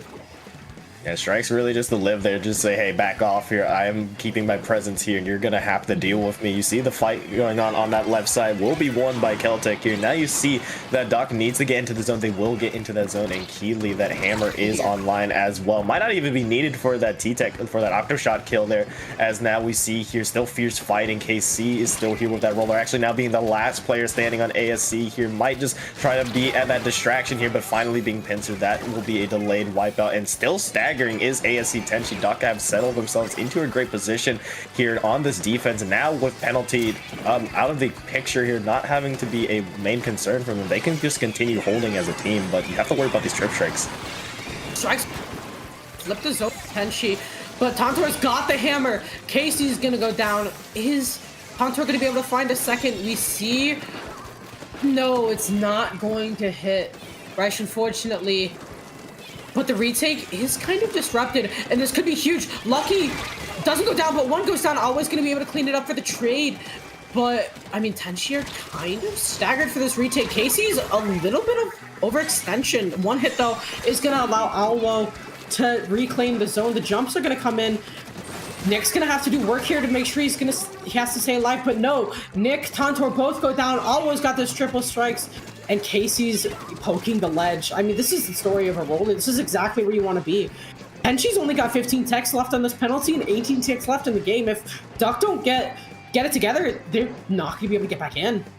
Yeah, you do have the trip strikes on the other side of ASC Tenchi, waiting for these trip strikes coming out from Nick here. However, 3 players fall for ASC Tenchi. Is just left to this Octo Shot to try to throw those trip strikes. Will unfortunately not find much value as they will go down here. Duck managing to get that delayed wipe now gives them a golden opportunity here to take back as the hammer throw will be had. Will find one here. That is the new hammer. That is the 9.3 hammer right there. Keltec camping this lead will get taken out here. 30 ticks left on Duck here, but you see ASC Tenchi with the numbers advantage, trying to paint over the zone, desperately trying to contest it here, but you see now KC actually goes down on the side of ASC Tenchi. The trip strikes yet again online for ASC Tenchi to try to get into the zone. It will force the penalty here, but 10 seconds left as Duck has a very strong control of it, and overtime lurks. Overtime looks imminent, obviously. Oh wait, actually, I lied. Oh, never mind. Trip strikes right there to completely deny that. But I mean, that was really nicely done at the beginning from ASC Tenchi. They were able to play keep away from the start, just being able to knock it down to, I mean, the 18 mark, I believe, like somewhere around that. But yeah, they really just were able to play from that pace and just play keep away the rest. Yeah, and I mean, that was crazy from ASC Tenchi. Just that strong start, and it's kind of becoming a trend on the side of like just zones in general. That strong start is going to allow them to carry the lead over. I am curious if production can throw up the KD screen, because I want to see how much paint IPS actually got. I want to see if that's possible, because like I said, that and unfortunately production has let me know that's not. But the Duck comp, it requires a lot of paint. And of course, the Zap is going to be able to do that, but IPS is the sole painter on that team. That Slosher is going to be able to try and fight for themselves. The Luna and the E-Leader, of course, can't do much work outside of the Fizzy Bomb. So you got to ask yourself, was it really a control issue, or was it a paint issue? Because you could see for a lot of those Duck retakes, they were overturned really quickly or just completely stalled out by the fact that they didn't have much map control to work with. Yeah, and a part of it as well was the fact that ASC Tenchi had the dream opening there, KC, on that roller, which provided so much presence early on. Didn't get initial picks to start off with, just by being that roller there, forced Duck back and allowed ASC Tenchi to get that early pop. But then once they had that paint back in business, they were able to get those picks. And like you mentioned, it could be a little bit of a paint issue, because you need to deal with KC. You need to force that roller backwards, and what else better to do that with just getting that paint on. But we do see a little bit of a switch here away from that Luna Blast. A little bit more paint will be had. Keltec now on that wiper, still keeping the hammer. Yeah, for sure. And I think that's probably going to be the best way to compensate for the paint issue while still having that hammer. Oh my god, a huge entry for Nick and Devin there, getting a little bit of a combo onto, I think that was Lucky. And right now, the Duck is just trying to push through. Nick does go down. Oh, but I mean, a huge early retake from Tenchi. The hammer's going to call out. Is Alba going to get the camp though? No, Nick is going to be able to get in safely. Tauntor might be able to get the Rapid. No, the Rapid goes down. Casey finds it direct, but unfortunately Rapid directs don't kill in this game, or any of the games Rapid has been in, for that matter. Devin is going to be able to get a pick on Race, and I mean, right now, it looks like Duck has pretty good control. The strikes are going to come out from Tenchi, but I don't know if they're going to do an adequate job of flipping the zone. I mean, the hold right now from Duck, they're playing a little more passive, but that's perfect for them because they have that leader to do so. And they don't really have... Oh, and as I say that, 3 specials actually do come online for Tenchi, so this could be a huge retake. The Cooler, Wiper does unfortunately go down, 1 down on both sides. But I mean, Duck, this is a really good hold so far. Yeah, for sure. And you see the trip strike going in, yes, and it will actually maintain and get the control of zone here. But you see on the other side, Keltec will find 1 with that hammer, now threatening the stack, finding 2 here, and a great retake from Duck. Quickly make sure that ASC Tenchi do not have much room to operate here. But something interesting that I feel like we glossed over a little bit was the switch from Casey now going to that Rapid Blast of Pro Deco instead of the roller. A very interesting choice that kind of removes a little bit of the aggression factor that ASC Tenchi kind of thrived on in that first game. Now with Duck in control of the zone, like you mentioned, you can set up those players to really stay on that stack. An unfortunate bomb kill will lead to now a 4v3 here in favor of ASC Tenchi. You see now stack has been retaken, but Nick is out with those trip strikes Strikes trying to hold desperately, unfortunately goes down there with 2 players have fallen. Now a little bit of an opportunity for ACHG to get back in. However, you see Keltec with the stamp managing to see if they can get some people. They managed to find 1 here, and now the point totals are ticking down really, really rapidly. Yeah, I mean, the retake for Tenchi has been staggered. The jumps are going to come in. The Zuka has to come out, like, now. Or just paint the zone, for that matter. Paint the zone. Okay, Tenchi is going to go ahead and get the zone flipped. A little bit of a close call on 2. Gonna go for a trick shot. Zuka is going to find anything. Oh, no. A bomb +1. Oh, dear. Tantor is going to do wonders for the... Oh, my God, a 3rd. Tantor just did wonders for Duck. And they've got, like, 60 ticks of penalty to go through, but... with this lockout with the leader, and of course the stamp is at the ready as well, it's gonna be interesting to see what Duck can do for the lockout. Unfortunately, Nick does overextend, but they do have that cooler, so they are gonna get that instant respawn. Only 2 strikes are covering the zone, 1 trying to get off toward the stack area. Oh, but Lucky is kind of trapped here, is maybe gonna be able to fight 1 on this left street here. Doesn't look like anything though. Lucky trying to find anything. Nick Lucky, they're gonna go ahead and trade in the zone as actually flip his 2 go down on the side of Duck. In terms of specials though, how close are we looking on both teams? Looks like the Slosher almost have strikes on the side of Tenchi, with the Zuka almost all the specials except for that Rapids on the side of Tenchi. Zap just did pop cooler, but the Viper was the closest to that special on the side of Duck, and now we can't really do anything about it. The Wavebreaker is live for Duck, but it's gonna be a basically brute force retake, and they actually do the zone flip in a good combo from the Irish Stallion and Tantor there to get the zone back.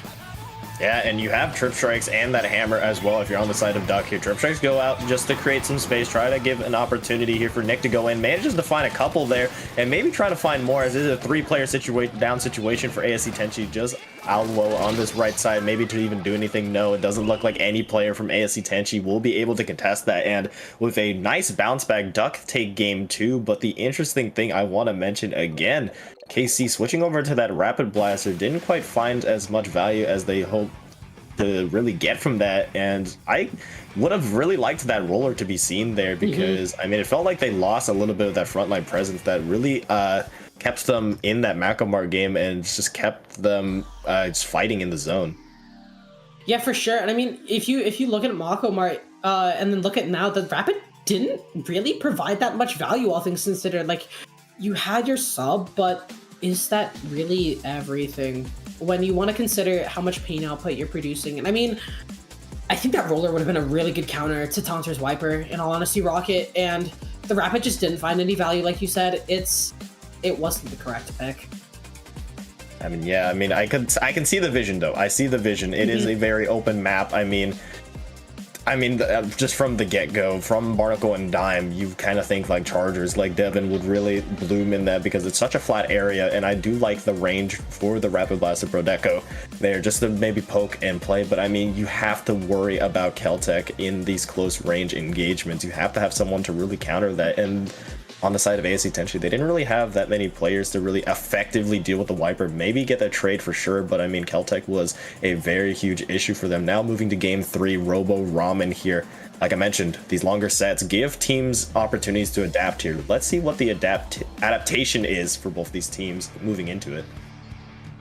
Yeah, I mean, Ramen, it's got one of the bigger zones in the game, but a really, really open playstyle. I mean, you have those drop areas, you have the sharks, the flanks, going from the underside of the map. It's going to be really interesting to see how these two teams play, especially Tenchi, with an aggression, and Casey bringing out a different version of the Rapid with the Ink Mines. I don't know about that pit, Crockett. I'm going to be completely honest. I mean, you need something to defer that Viper. The Slosher's not going to cut it. I mean, Tantor just instantly showing that. The Stamp is going to be out really early. It's going to be able to displace basically anybody.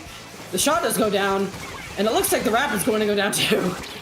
Yeah, I can kind of see where KC is trying to go with that, and the rest of ASC Tenchi with that rapid. It gives you 2 trip strikes for absolute ungodly amounts of pain. You see the Zuka managing to find 1, and 2 players do fall in total for Duck, but yes, I do have those concerns still as well here. Let's see if they can just alleviate that by maybe just saying, hey, I'm just going to paint over the entire map so maybe Keltec doesn't even have any opportunity to really get in here to create those lockout situations. And I mean, you see the specials actually delaying Duck here a little bit here, but you see still the paint is still there for Duck. On the other hand, Keltec does have a hammer available. The counter trip strikes are there, and in a great potential situation, they've really used that hammer, going down, maybe trying to find 1, but at least forcing out that jump out. Now taking this fight against Casey will take that trade every day of the week, as now Duck still in control of the zone here, but it's just Devin left to try to contest this. Yeah, and I mean, it'll be a good retake for Tenchi, of course, which, they didn't really need to commit that special, but I mean, it's kind of the same concern I had with SMFC with that the game earlier in the day. How sustainable are these special focused retakes, if you really think about it? Because you need specials, and even with that triple strike Zuka, you gotta be able to displace your opponents with the specials as well as cap the zone.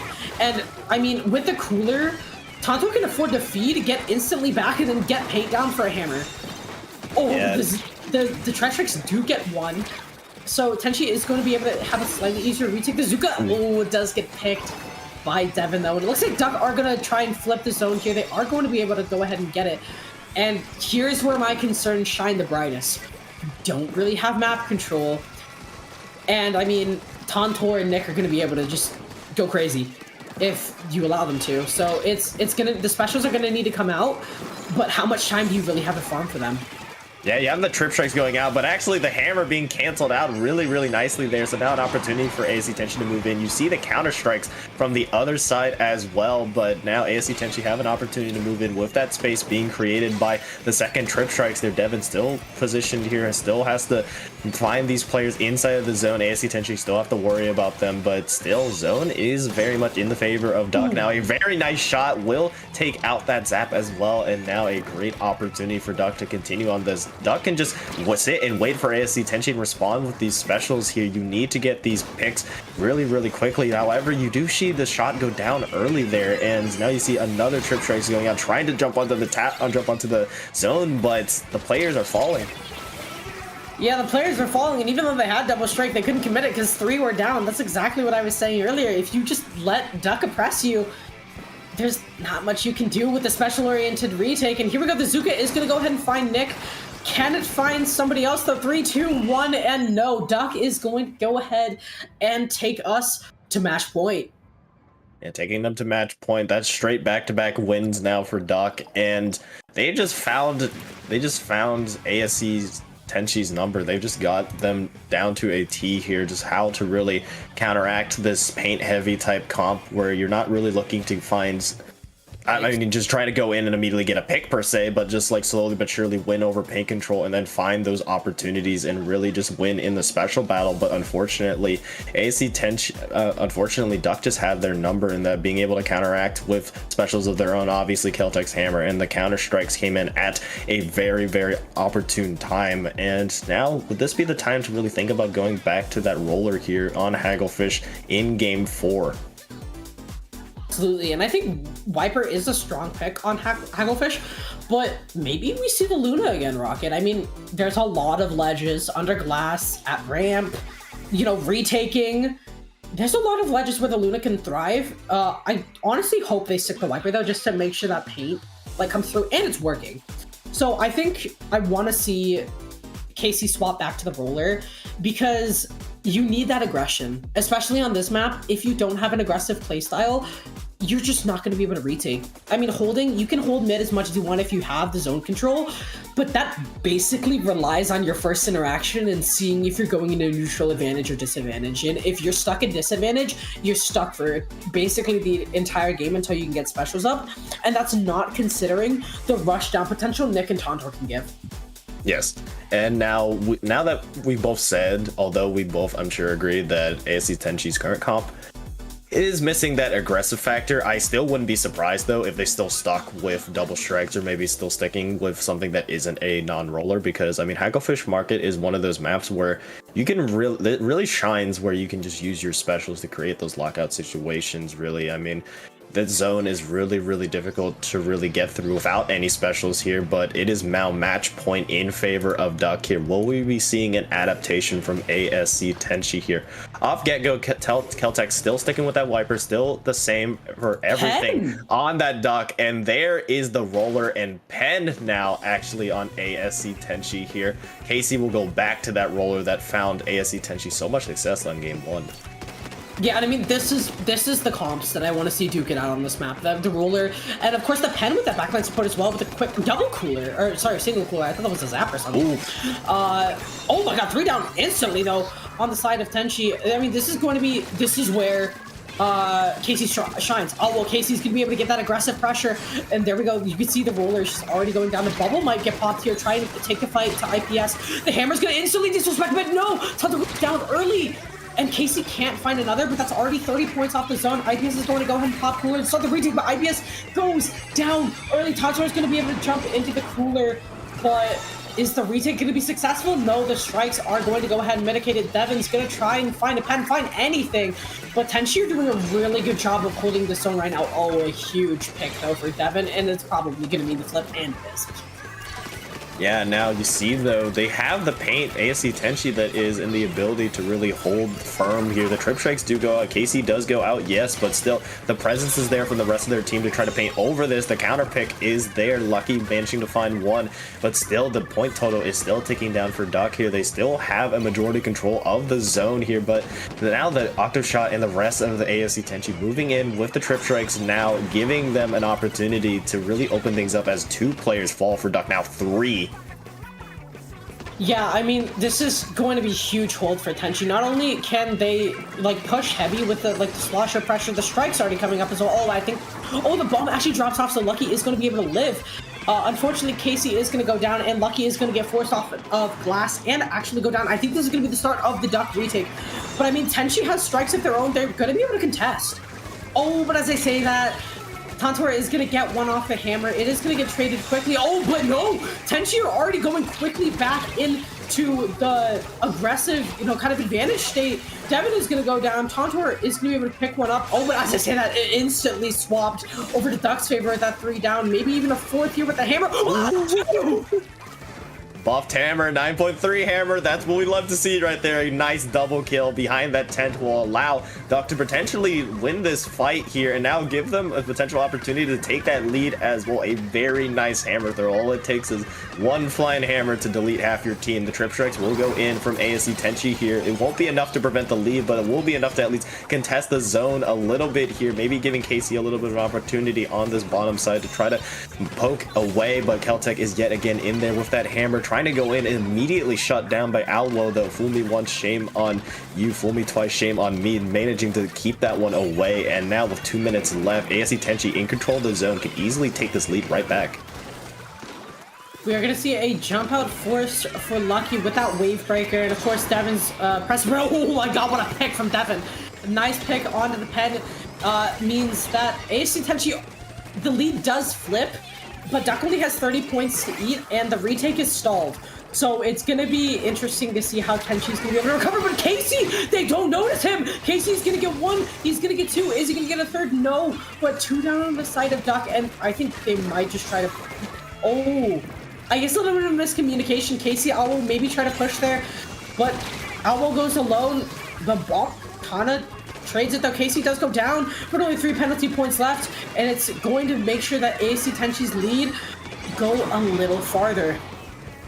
Yeah, indeed here, and now just trying to prevent ASC Tenchi from continuing to tick that down. ASC Tenchi trying to prevent that penalty, just paint going out left, right here. Casey on his right side, just trying to see if they can find something going on here, but still, it might not even be necessary as ASC Tenchi have managed to take control of the zone, managing to take out IPS as well, but they do fall in that trade. Now 18 points left, still maintaining control somehow despite going 3 players down is ASC Tenchi. The trip strikes will finally take control now for Duck as they've been desperately trying to just get back onto this retake. right now. 40 seconds left, in a strong position to eat away from their penalty, yes, but still, ASC Tenchi still have an opportunity to get this retake, especially since those trip strikes will be coming online here shortly.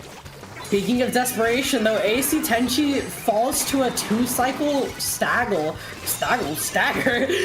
Sorry, a 2-cycle stagger, and it's gonna give Duck the entirety of the ability to, you know, eat through their penalty points. Casey, though, is gonna get some early bombs off, maybe try to contest the zone as much as they can. Cooler is gonna come out on the side of Tenchi. It's all up brawl for the zone. 7 seconds left. 6. I think the zone might tick. No, not anymore. The zone it will go into overtime for about a second.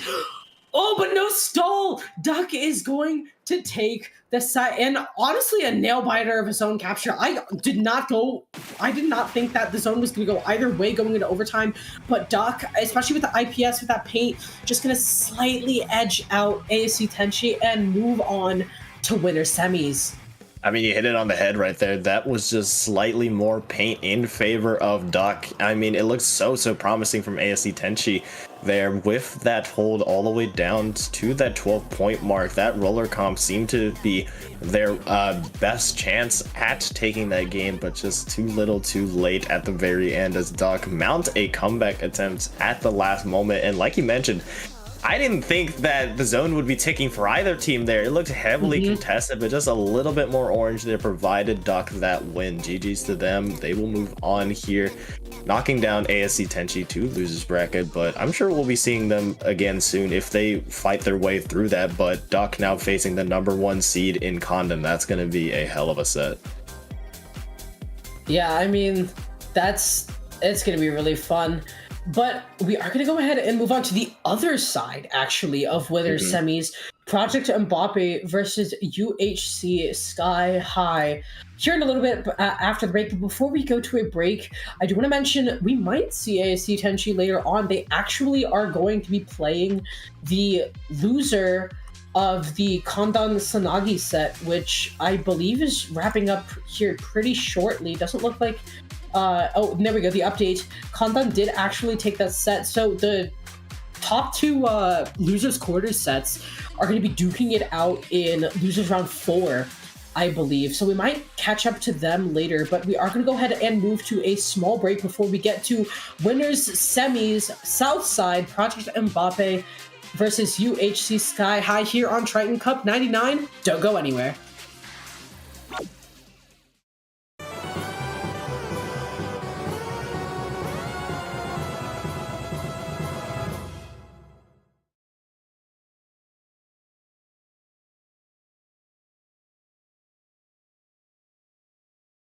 Spoke too soon, apparently. We're not flipping the zone. Come on, guys, we're not flipping the zone. Information a bit more control. Hydra just bowling and hello.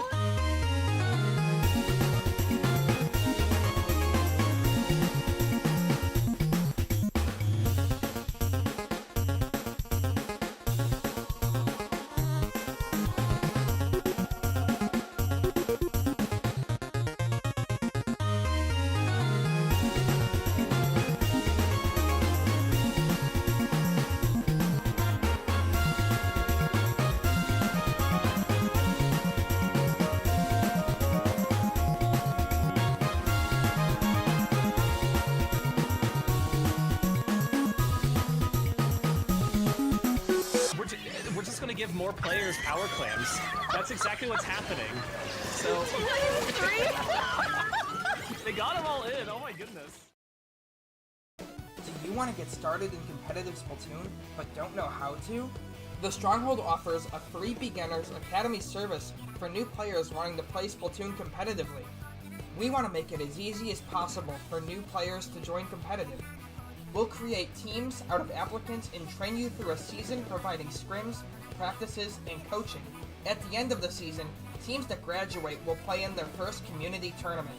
Graduating teams will be given a free logo and invited to play in the invite-only Academy Showcase event, where they get to play on stream and show off the skills they've learned in the Academy. So what are you waiting for? Apply for the Academy today using the link on screen.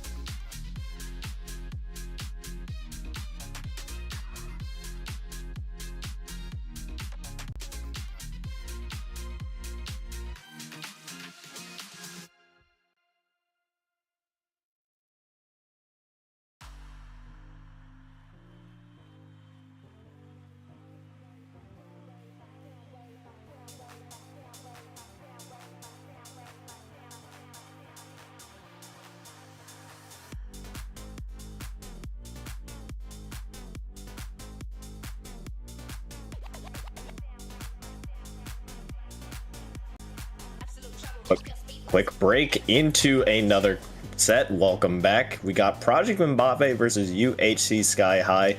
I'm Rocket, still here with Yoshi, and I feel like as the tournament goes on, these players are getting more stacked and these teams are getting more stacked here. We have a very stacked roster between both teams here. Like I mentioned, Project Mbappe versus UHC Sky High. I mean, that is kind of how a tournament tends to go, Rocket. I mean, the stacked players gotta make it farther. But I mean, sorry, you aren't wrong with these teams. Project Mbappe sporting Phoenix, Jay, Mickey, and Silver, and UHC Sky High, Argo, Noah, Yeti, and Reiki.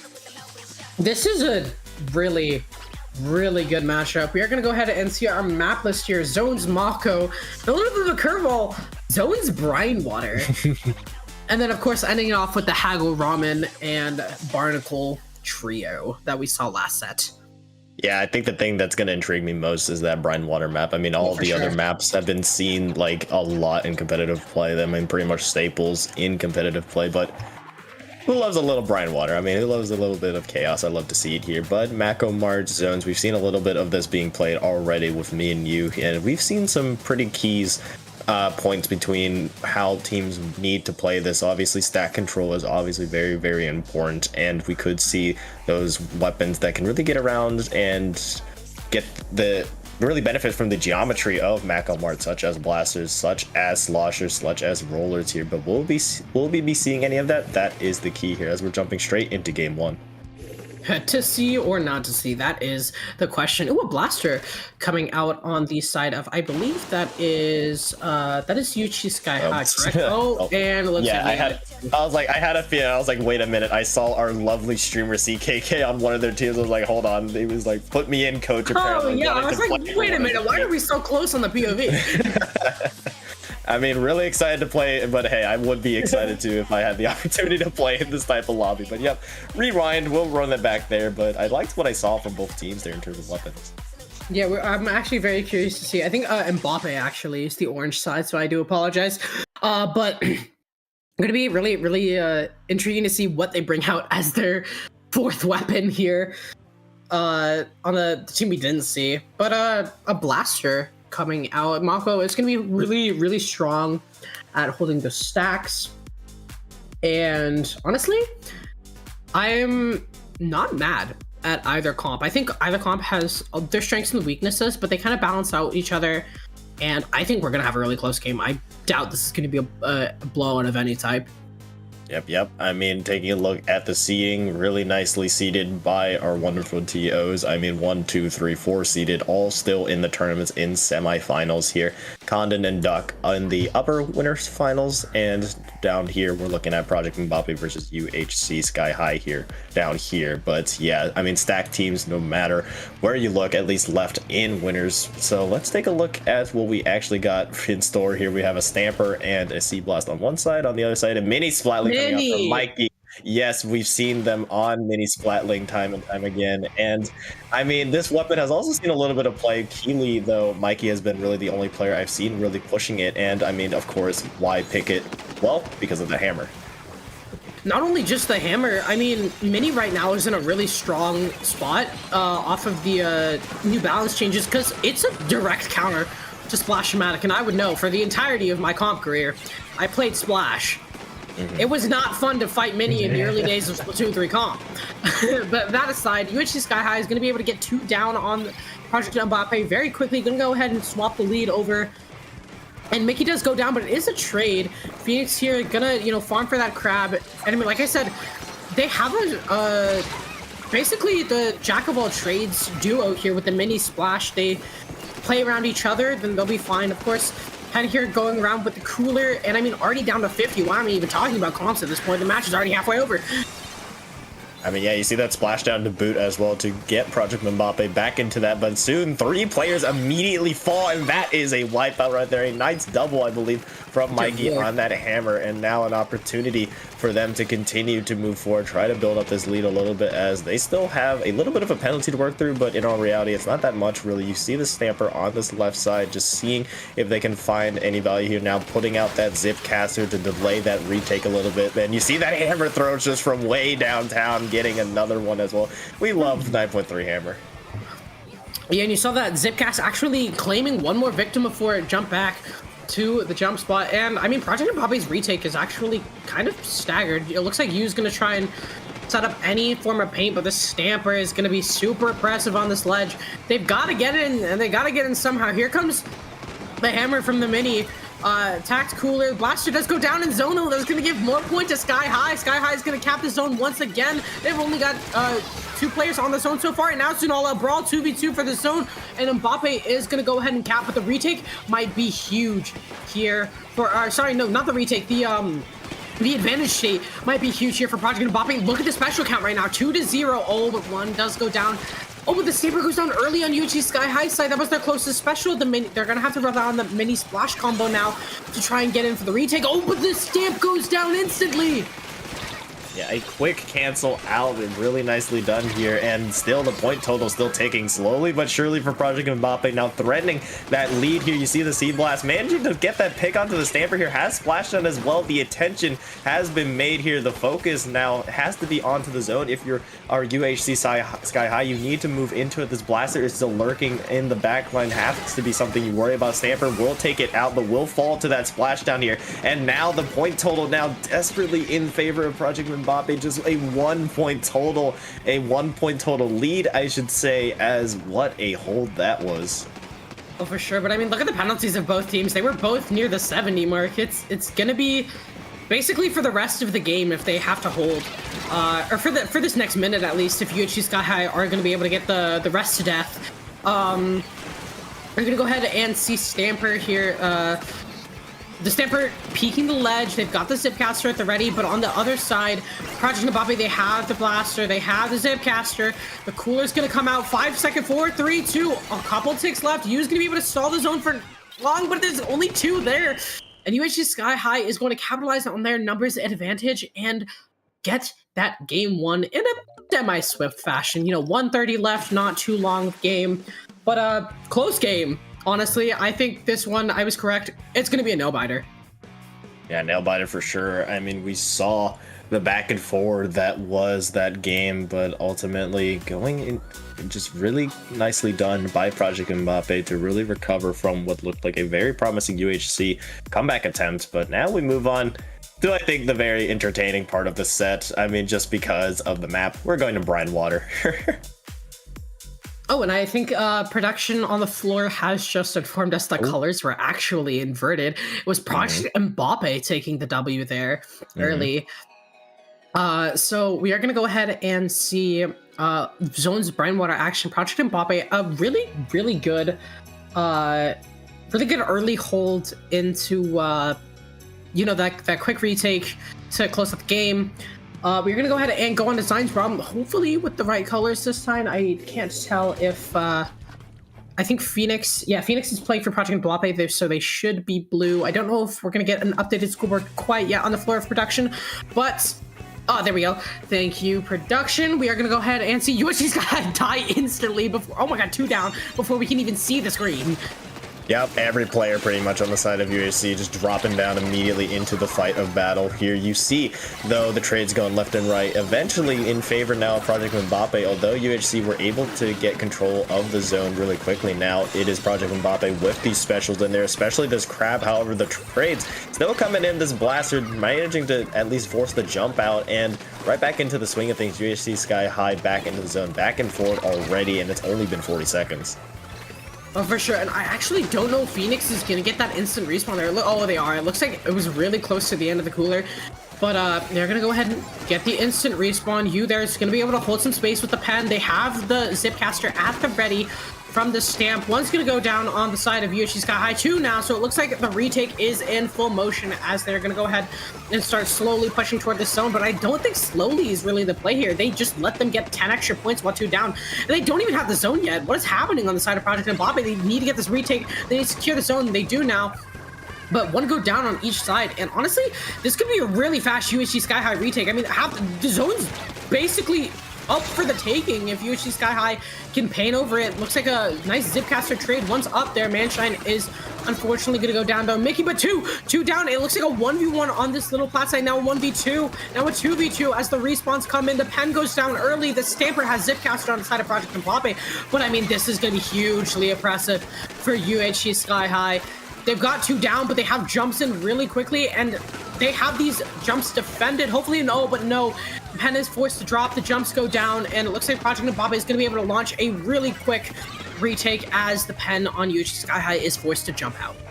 Yeah, you still have the Stamper in the backline, though. They found 2 picks, and this could be a really quick retake, although Mikey does find the quick 1-2 there. Now an opportunity for Project Mbappe to really eat through that small penalty now without any penalty here. They could easily try to keep snowballing this out of control, especially with that crab. The Stamp won't find that key pick there, but still you have the crab available. Quickly being shut down, though. Phoenix won't be able to pop it in time as you see this fight happening on the right side. Splashdown will be had, finding 1, and now presence has been made as UHC Sky High wastes no time to get back into the zone here. As you see now, trying to set up that defensive position under the ledge. Stamper does have Zipcaster to maybe make things a little bit difficult here, but they don't have much penalty to really work through. Yeah, for sure. We saw Mikey unfortunately have to give up their strike position just in favor of playing a little bit more defensively, trying to play retake with the team. They have the cooler, they have the Zipcaster at the ready. Reiki does end up going down. The Zipcaster, the cooler both pop. Here comes the retake for Project Mbappe. They are going to get the zone quickly. They are going to get 2 down. Maybe they might be able to finish at the pen. They do not get the pen, unfortunately. It looked like it. Oh, but there's the pen kill finally coming. And it looks like Project Mbappe is going to start trying to poke this ledge now and try to get a hold lockout going. Yeah, again, out of that penalty, still ticking down here. Player already lost from UHC Sky High. That will hurt the retake a little bit, but Cooler is had, so now a little bit more fighting power, a little bit more opportunity to move in, but Phoenix's Crab may stall it out a little bit here, forcing the fall off here, but the Zipcaster will save that player, not enough to save them from the jump, but still ticking down here, almost being able to take the lead as Project Mbappe. UHC managing to take the zone, though, in the nick of time with that pain. You see you here on this pen, just trying desperately to try to paint over for their team here, as they will manage to get strong control zone. Now all the pressure on Project Mbappe to make this retake a really quick one, because if they aren't able to, it will spell GG's. Yeah, I mean, the penalty timer is basically has elapsed by now, so the zone is sticking down. The crab here is going to try and counter the zone. 1 goes down, and the zone is going to go ahead and be painted over. Stamper on the front side of zone, crab on the back side, and they are going to go ahead and get that penalty point, get the zone flipped over. But UHC Sky High has 2 specials and could probably execute a full team retake in a matter of seconds. I'm really excited to see how they play this out. 1 goes down on the side of Project Mbappe, 2, 3 go down on the side of Project Mbappe, and the retake is done. And the advantage state is imminent, because, I mean, look how far up they've already pushed in, like, the 2 seconds that they've had zone. Yeah, now 15 ticks left in the penalty, and now just almost out of it here. You have to go in now if you're a Project Mbappe. Again, quick. You need to be quick on the retake. You did find 1 pick, but now the specials are going out. Mikey finds a key pick as well, and the zone will be in blue. Now 10 seconds left. You need to make this hold a great one. You have a quite a hefty penalty to really work through here, but UHC Sky High are still painting over the zone. A trade will be had between the Stamper and Pen, but still, you see the other Stamper on the other side getting traded out. Now both teams desperately just trying to paint over the zone here, as the penalty now almost matches that point total down to the 15-point mark. If Project Mbappe can lock down here, they can easily take this game, but the paint is still there from UHC Sky High, desperately just trying to throw everything and the kitchen sink at them. The Zipcaster managing to assist on 2 picks, the splashdown there as well, and UHC really nicely retake there with those 2 specials, take game 2. Yeah, you said it, Rocket. That was a really nice retake. And I think one of the key points of that final retake, and honestly just of the entire game on this Bravwater, that we didn't mention at the beginning, that double cooler on the side of UHC Sky High, the pen zap, I think that was really strong from UHC Sky High. It allowed them to basically just play a zombie comp without needing the zombie. I mean, you have double cooler, so there's basically instant respawn for almost 50% of your uptime, and the other 50% should just be focused on a retake, which is perfect for UHC Sky High, and I think they took full advantage of that and, you know, pushed it to a win. Oh yeah, for sure. And now with things evened up here, teams getting a little bit more familiar with each other, and as we move now to game 3 here. Hagglefish Market, always a classic for Splatoon here. What do you think is going to be the keys between both these teams now that we're 2 games in? And we've kind of gotten a little bit of a taste between both their both what they like to run. I mean, I'm probably going to see like a splash-based comp, maybe leader, honestly, from you here on the side of UHC Sky High. However, we are going to probably see, you know, more of the same from Project Mbappe. It wasn't a bad comp. They were running, all things considered. I think they just had an unfortunate hold on the side and just couldn't get the retake down couldn't get the retake hold down, sorry, for that ending. So I think Project Mbappe is going to, you know, keep it a little bit similar. UHC Sky, though, I'm not surprised if they pull out the leader finally. Yeah, for sure. I mean, you talked about it. It can just provide just so much of a backline presence that you have to respect here. Splat Zone's Hagglefish is heavily reliant on just teams being able to push through their specials. Same comp from one side. I mean, it seems like same comp actually coming out from both sides. You still have that Sea Blast there, which is interesting to see. I mean, you do have the slight inking buff from the 9.3 update, so maybe that could be why, just providing something similar to like a Reef Slider here, being able to instantly capture the zone. But Mikey already has that stamp, won't quite find much value here, but the first blood will go in favor of Project Mbappe. We are going to see a really early crab coming out from Phoenix on the side of Project Mbappe here, trying to get a little bit of a lob shot onto one, is able to going to be able to find the pen. Geez. But I mean, that double cooler comp, like I said, from UHC Sky High, they don't lose too much value from losing their pen early, because the Zap can cycle a cooler. The cooler's been cycled. Oh, but all of a sudden it's just the pen left, and the cooler's is already down for the retake as on the respawn.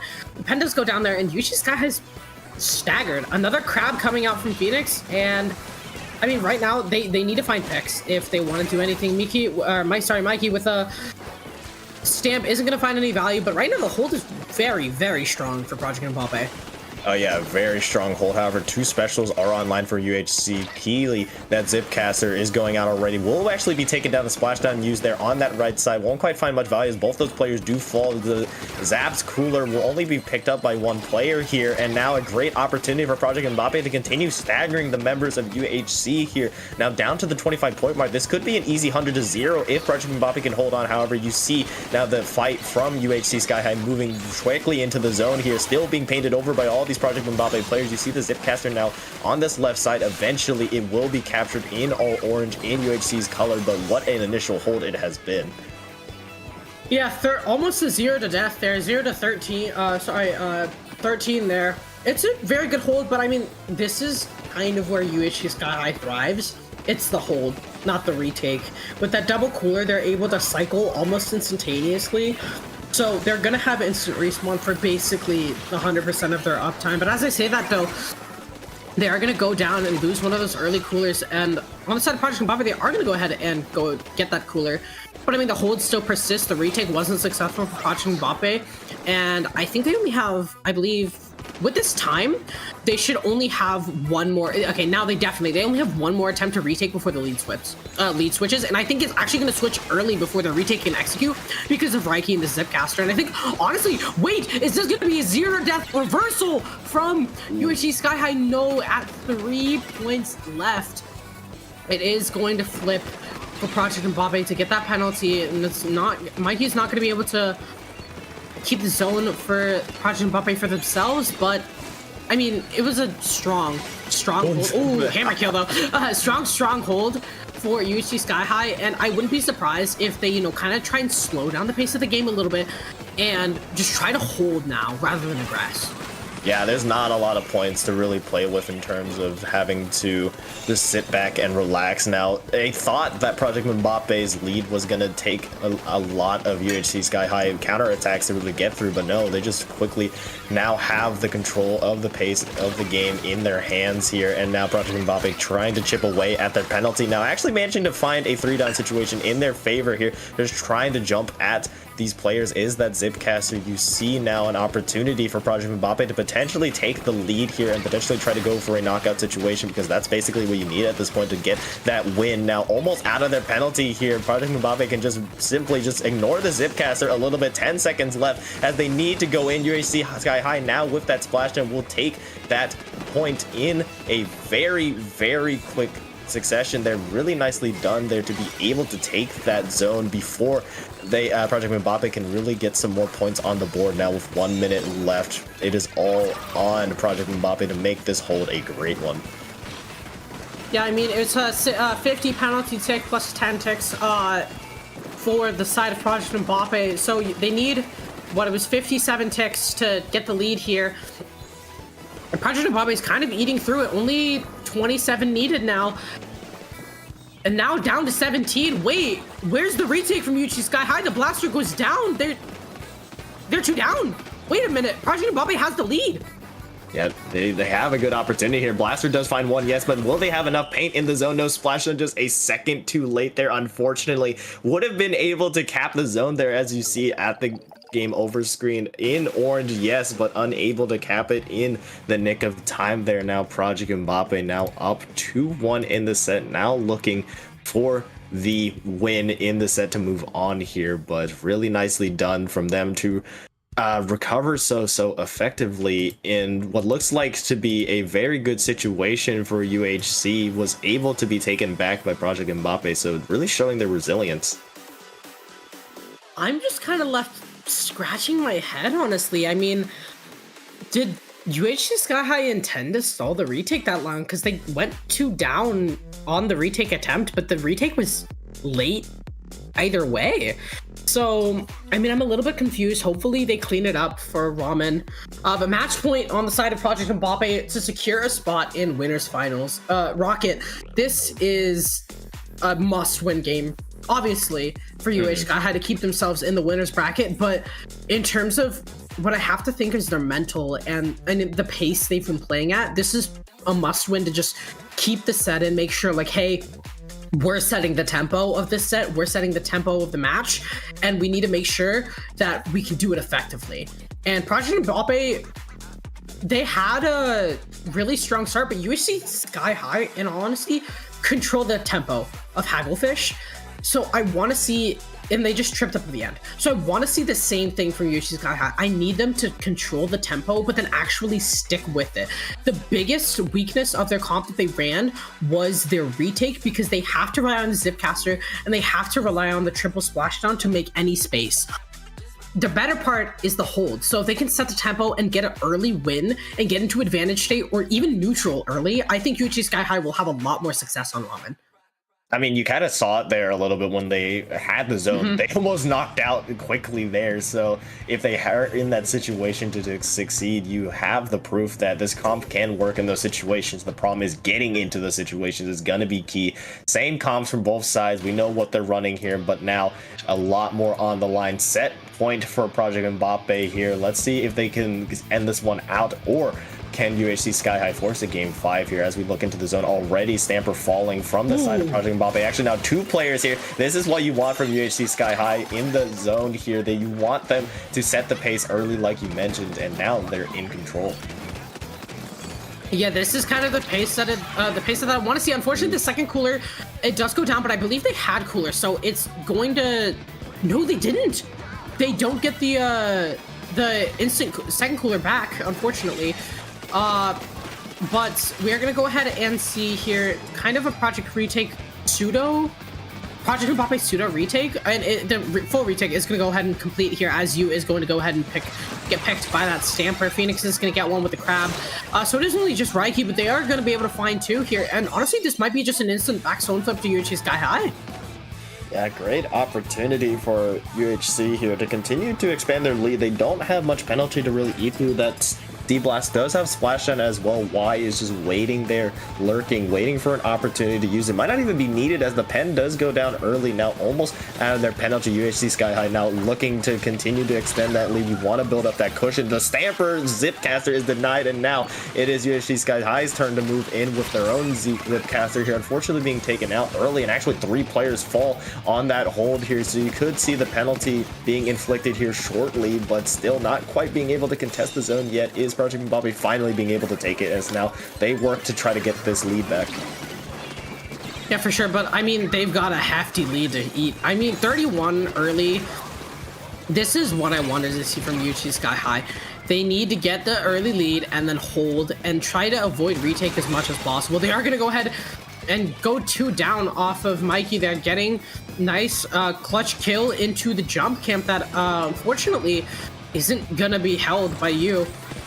We're gonna see Phoenix here with the crab, maybe try to find something, does overextend a little bit as the crab ball runs out and does go down. So we are going to see maybe a Yuchi Sky High retake here as they do have the numbers advantage. But as they say that, the pen goes down again. This Zipcaster, sorry, comes back online for Project Mbappe. They are going to pop it. Doesn't find one, but here we go. Reiki now with their Zipcaster of their own finds one, and they are going to go ahead and get the wipe on Project Mbappe. And here is the dangerous hole that I'm talking about. The Blaster can play under the ledges. They have the pen to stall space. The Stamper goes down on the side of Project Mbappe, and the Blaster goes down on the side of Yuchi Sky High. But the retake is going to be super difficult to achieve now, and they don't have much time. Phoenix has to pop this crab, and look at the zone timer. The penalty is gone. The crab has not found much value. It found the Stamper that overextended, but at the end of the day, you still have no zone control. 8 seconds left. 5, 4, 3. Do they have time to get the zone? The zone does stall with the kill on Reiki, and they are going to get the wipeout to flip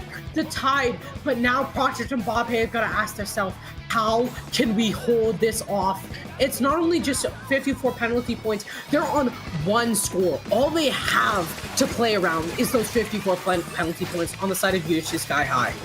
However, they're continuing this lockout situation with 2 players still falling for Project Mbappe here, and this is 100% doable here, Yoshi. If they can just hold just a little bit longer, you will have another special rotation in play here. You have the Zipcaster, you have the Custom Blaster Splashdown in play, but quickly, not even needed, just only the Zipcaster will be used. Actually, never mind, the C-Blast Splashdown is used as well to retake control of that zone here. Still, they could just go straight for the knockout situation. Project Mbappe still have to get into a retake here, as you see Mickey here on this right side. Managed to actually take one, will get taken out on that side, but still you have a little bit of time to work with, but not a lot of time to just dilly-dally. You need to go in if you're Project Mbappe soon. You have the stamp available, you have Cooler as well. You need to go in soon. The initial pick will go into the favor of Sky High, but now both sides trading blows, but unfortunately just a little bit too late, as UHC Sky High will take game 4, and what do you know, we're going to a game 5 here. Yeah, Rocket. I mean, the game happened exactly as I called it in the beginning. Not like a call as in prediction, but a call as of what I wanted to see from UHC Sky High. And I mean, they did it perfectly. They figured out the strength of their comp, and they played to it. And now, as we move into Barnacle and Dime, I'm just gonna ask you, who do you think's winning this set? That's gonna be a hard one here, Yoshi. I mean, it really just depends how the beginning really works out, because we've seen the win condition, I guess, for UHC Sky High. If they are able to set themselves up for success at the very beginning, I mean, they are able to control that from start to finish. But if Project Mbappe are able to get in there, then it's really hard for UHC Sky High to get that retake we mentioned. That is kind of the risk reward by running this comp with that stamp, with that C Blast. If you have control of the zone, great. You're able to get that hold really in your favor, because Project Mbappe have to push into these powerful weapons. But on the other hand, Project Mbappe's comp is just really, really good throughout, so it's really hard to say. It just really boils down to the first 30 seconds of it. Whichever team is able to get into the zone first and is able to get that key hold is gonna really control the tempo of the game, which is really just setting yourself up for success. Yeah, I mean, this has been a set, to say the least. And like I said, it was going to be a nail-biter at the beginning, and it's been a nail-biter. 2-2 as we head to Game 5 for a spot in Winners Finals, of course, remember. But I mean, honestly, I think you're right. I think it's gonna boil down to the first interaction, and it's a really linear way to think about Splatoon and like the match as a whole. But looking at the comp strengths, Project Mbappe has a good retake, but they're reliant on getting a setup for that retake, that setup being a pick from either a special or a raw pick. UHC Sky High, as long as they win that first interaction, get advantage, I think it's going to be really hard to break. As I say that though, we are going to see both sides stick with their same comps. Let's see this first interaction. Yeah, we're on Barnacle and Dime as well, and taking a look at the weapon comps from Project Mbappe, that crab is going to be really, really key as well. Although UHC are able to get first control of the zone, they do lose 2 of their players off of the get-go here. You see this Stamp now trying to move in for Project Mbappe, dies into zone. Now it's a 2v2 situation, but zone will be had by Project Mbappe. Players are back here really, really quickly for UHC Sky High to try to contest this, trying to hold desperately onto their stack, as that is a key factor as Mikey tries to charge in. Unfortunately, does go down here, as it is still deadlocked here with only 40 seconds passing. Ooh, the crab being denied as well. Yeah, we are going to see a Stamp again come out from Mikey as it was canceled with the cooler. I mean, the first interaction, I think the dust is finally settled, and it's UHC Sky High that came out on top. They have, I don't quite think it's advantage yet. I still believe that the game is a neutral, but it's a neutral favored for UHC Sky High. The pick, though, from a hammer might change the tide. No, unfortunately, Mickey can't find anything too good, and now it's advantage. 2 down on the side of Project Mbappe. They have a second cooler up.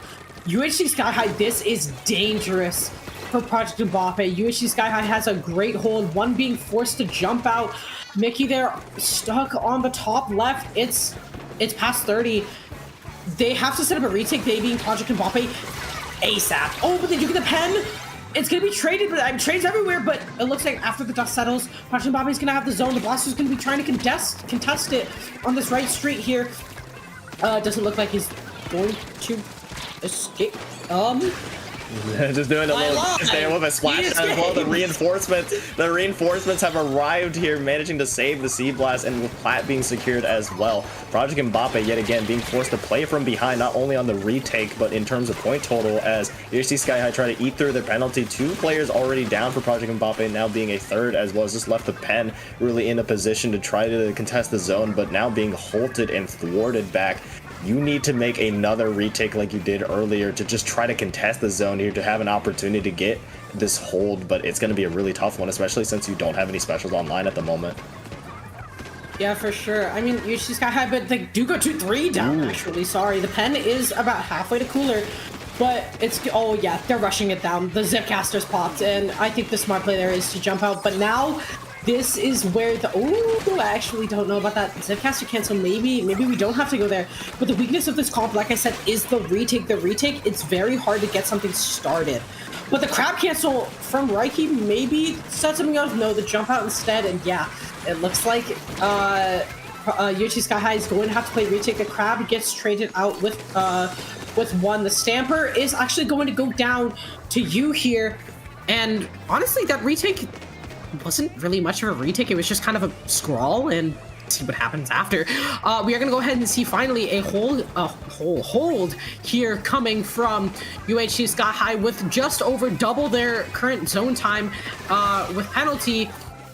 It looks like with a 2-down situation, it's looking grim for Project Mbappe. The penalty points are ticking down, and Project Mbappe's 3 down. Phoenix is going to have to try and make something happen by himself.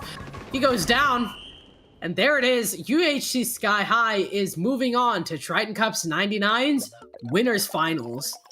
And we talked about it at the beginning, the team that was able to get that first vantage state was really able to control that game and force the other one to play from behind. And guess who was able to get that first one? It was UHC Sky High, being able to control that plat.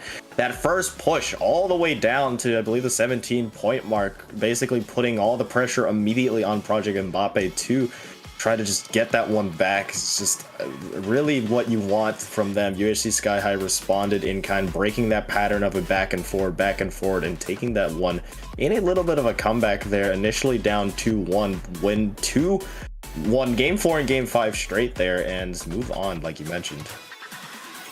Yeah, and I mean, this is honestly a super strong tournament showing if they can keep up their, like, interaction wins for UHC Sky High. If they can get that first interaction, I have no doubt that they will make it to grands or even possibly win. I mean, that was a really strong showing against a very, very strong team in Project Mbappe. As I say, though, let's go ahead and take a look at the other side of bracket here.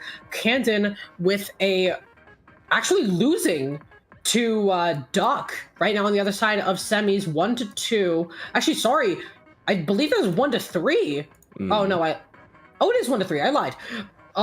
So interestingly, neither of the top two teams are actually appearing in winners finals.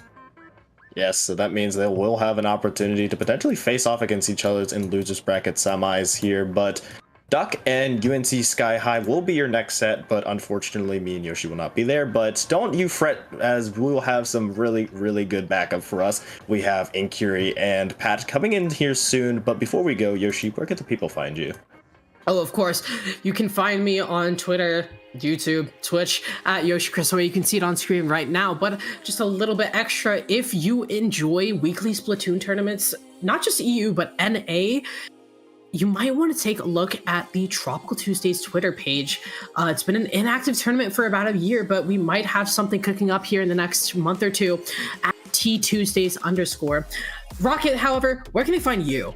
Yeah, you can find me right down there at rocket1.bluesky there. That's really the only place I'm really active. You can see what I'm up to recently, maybe some tournaments I've been commentating in, but you'll usually just find me around in a variety of different tournaments, mainly NA, but sometimes here at Dapple. But with that being said, stay tuned. Like I mentioned, Pat and Incurie will take the second half as this tournament, as this tournament is only heating up here. If this is only a teaser at what we're seeing soon, it's gonna be a great one, so don't go anywhere. We'll be right back for the continuation and finale of Triton-Cup number 99.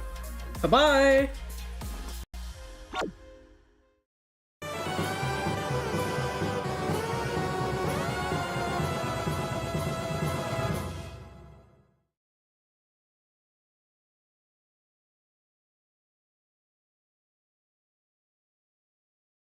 Spoke too soon, apparently. We're not flipping the zone. Come on, guys, we're not flipping the zone. Information, a bit more control. Hydra just bowling and hello.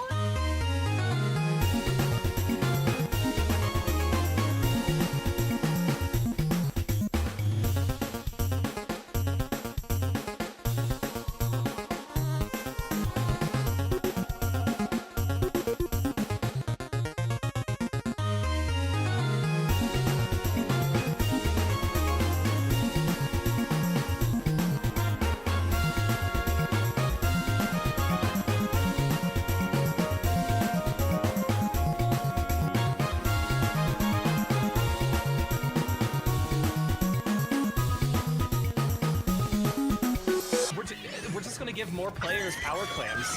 That's exactly what's happening. So they got them all in. Oh my goodness. Do you want to get started in competitive Splatoon, but don't know how to? The Stronghold offers a free Beginners Academy service for new players wanting to play Splatoon competitively. We want to make it as easy as possible for new players to join competitive. We'll create teams out of applicants and train you through a season providing scrims, practices, and coaching. At the end of the season, teams that graduate will play in their first community tournament. Graduating teams will be given a free logo and invited to play in the invite-only Academy Showcase event, where they get to play on stream and show off the skills they've learned in the Academy. So what are you waiting for? Apply for the Academy today using the link on screen.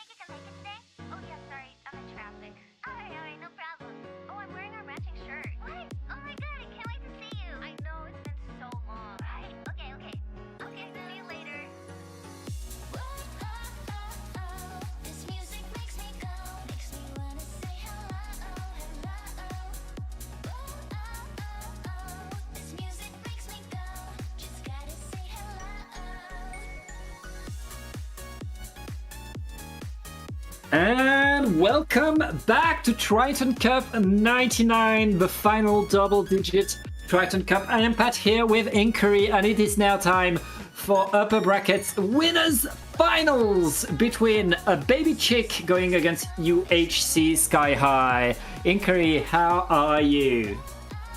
I'm doing wonderfully, very, very happy to go back to the mic after that first half of Triton Cup. Very interesting bracket. We've seen some amazing matches, like especially like winners semis. We had Project Mbappe versus UHC Sky High, who was amazing to follow with Yoshi and Rocket. Great teams, and we have two great teams, scene number 3 versus scene number 4, fighting for the spot in the grand finals. Remember, if you're just joining us, this is Triton Cup. This is a zones only tournament, and since we're in winners finals, it's a best of 5 with these two teams fighting each other. They will be starting on Umami runes without wasting a second. Let's get right in the game. Let's get into it, and we have already some pretty interesting with a blaster picked on the side of Baby Chick with, well, Stamper Zap, and so it's running double cooler.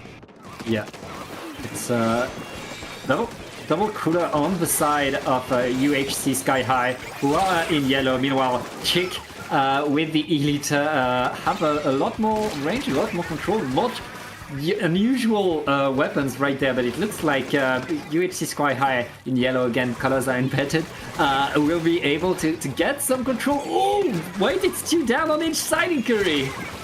2 down on each side, very strong start for both teams, but it looks like it's a small advantage for UHC Sky High for the moment. Yep. They have the zone, they have the lead, and for the moment they're holding on to it, but be careful, Baby Chick got the specials ready, they're launching them, and they make a quick work out of them.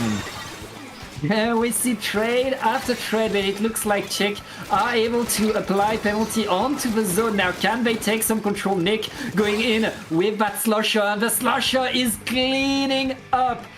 Baby Chick getting control over the zones. Now, can they hold these zones? That will be the great question, but I mean, they're all ready for it. They have the special, they have the strikes and the ultra stamp, but be careful, Reiki here on the right side, trying to get some kills, got the one on the zap, the special is out, and be careful about this special to defend, but it's -3 and Reiki is alone.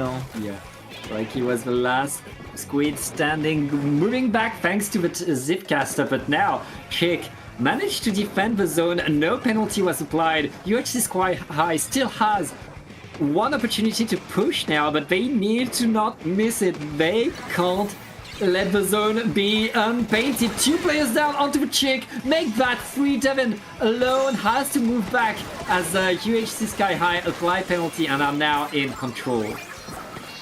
Now in control, and it's their time to push that blast. Look at how far they're in already. You have that blaster, but it's -2 already. -2, the only players left are Devin and IU, and the Zap. They're coming back quickly though. The timer is just going down for the moment. 45 points left, and Baby Chick will have to come back if they want to avoid losing that lead. Yeah, Baby Chick activating the Wave Breaker, forcing UHC to wait a little bit, but UHC happy to get the lead from all that as Chick are chipping out, getting more and more splat, getting more and more control. They lost the lead now. With the Luna going in, they're able to get a lot of splat, and that trade in the end will allow them to capture the zone. Capture the zone, but be careful. Manshine here on the right side picking up 2 kills on Nick and IPS. Just continuing to go forward. Back to control for UHC Sky High. 16 points left, 50 ticks to get that penalty down. But I mean, with 1.5 minutes on the clock, they are in full control and full advantage for the moment. Be careful, Baby Chick are already coming back. They have some specials, but losing them for the moment. IPS on the left side. Ibs got a double with that zap and is looking to get a third. Huge moves by by him. An incredible play. Chick are still in this game. There's a bit more than a minute left. More than enough to get the lead back, especially with 2 players down. Yeti with that blaster trying to get in, trying to get the splat, but gets only a trade. The zones are neutral. Who will get control? It looks like Reiki is able to get the splats needed to allow Sky High to get more control.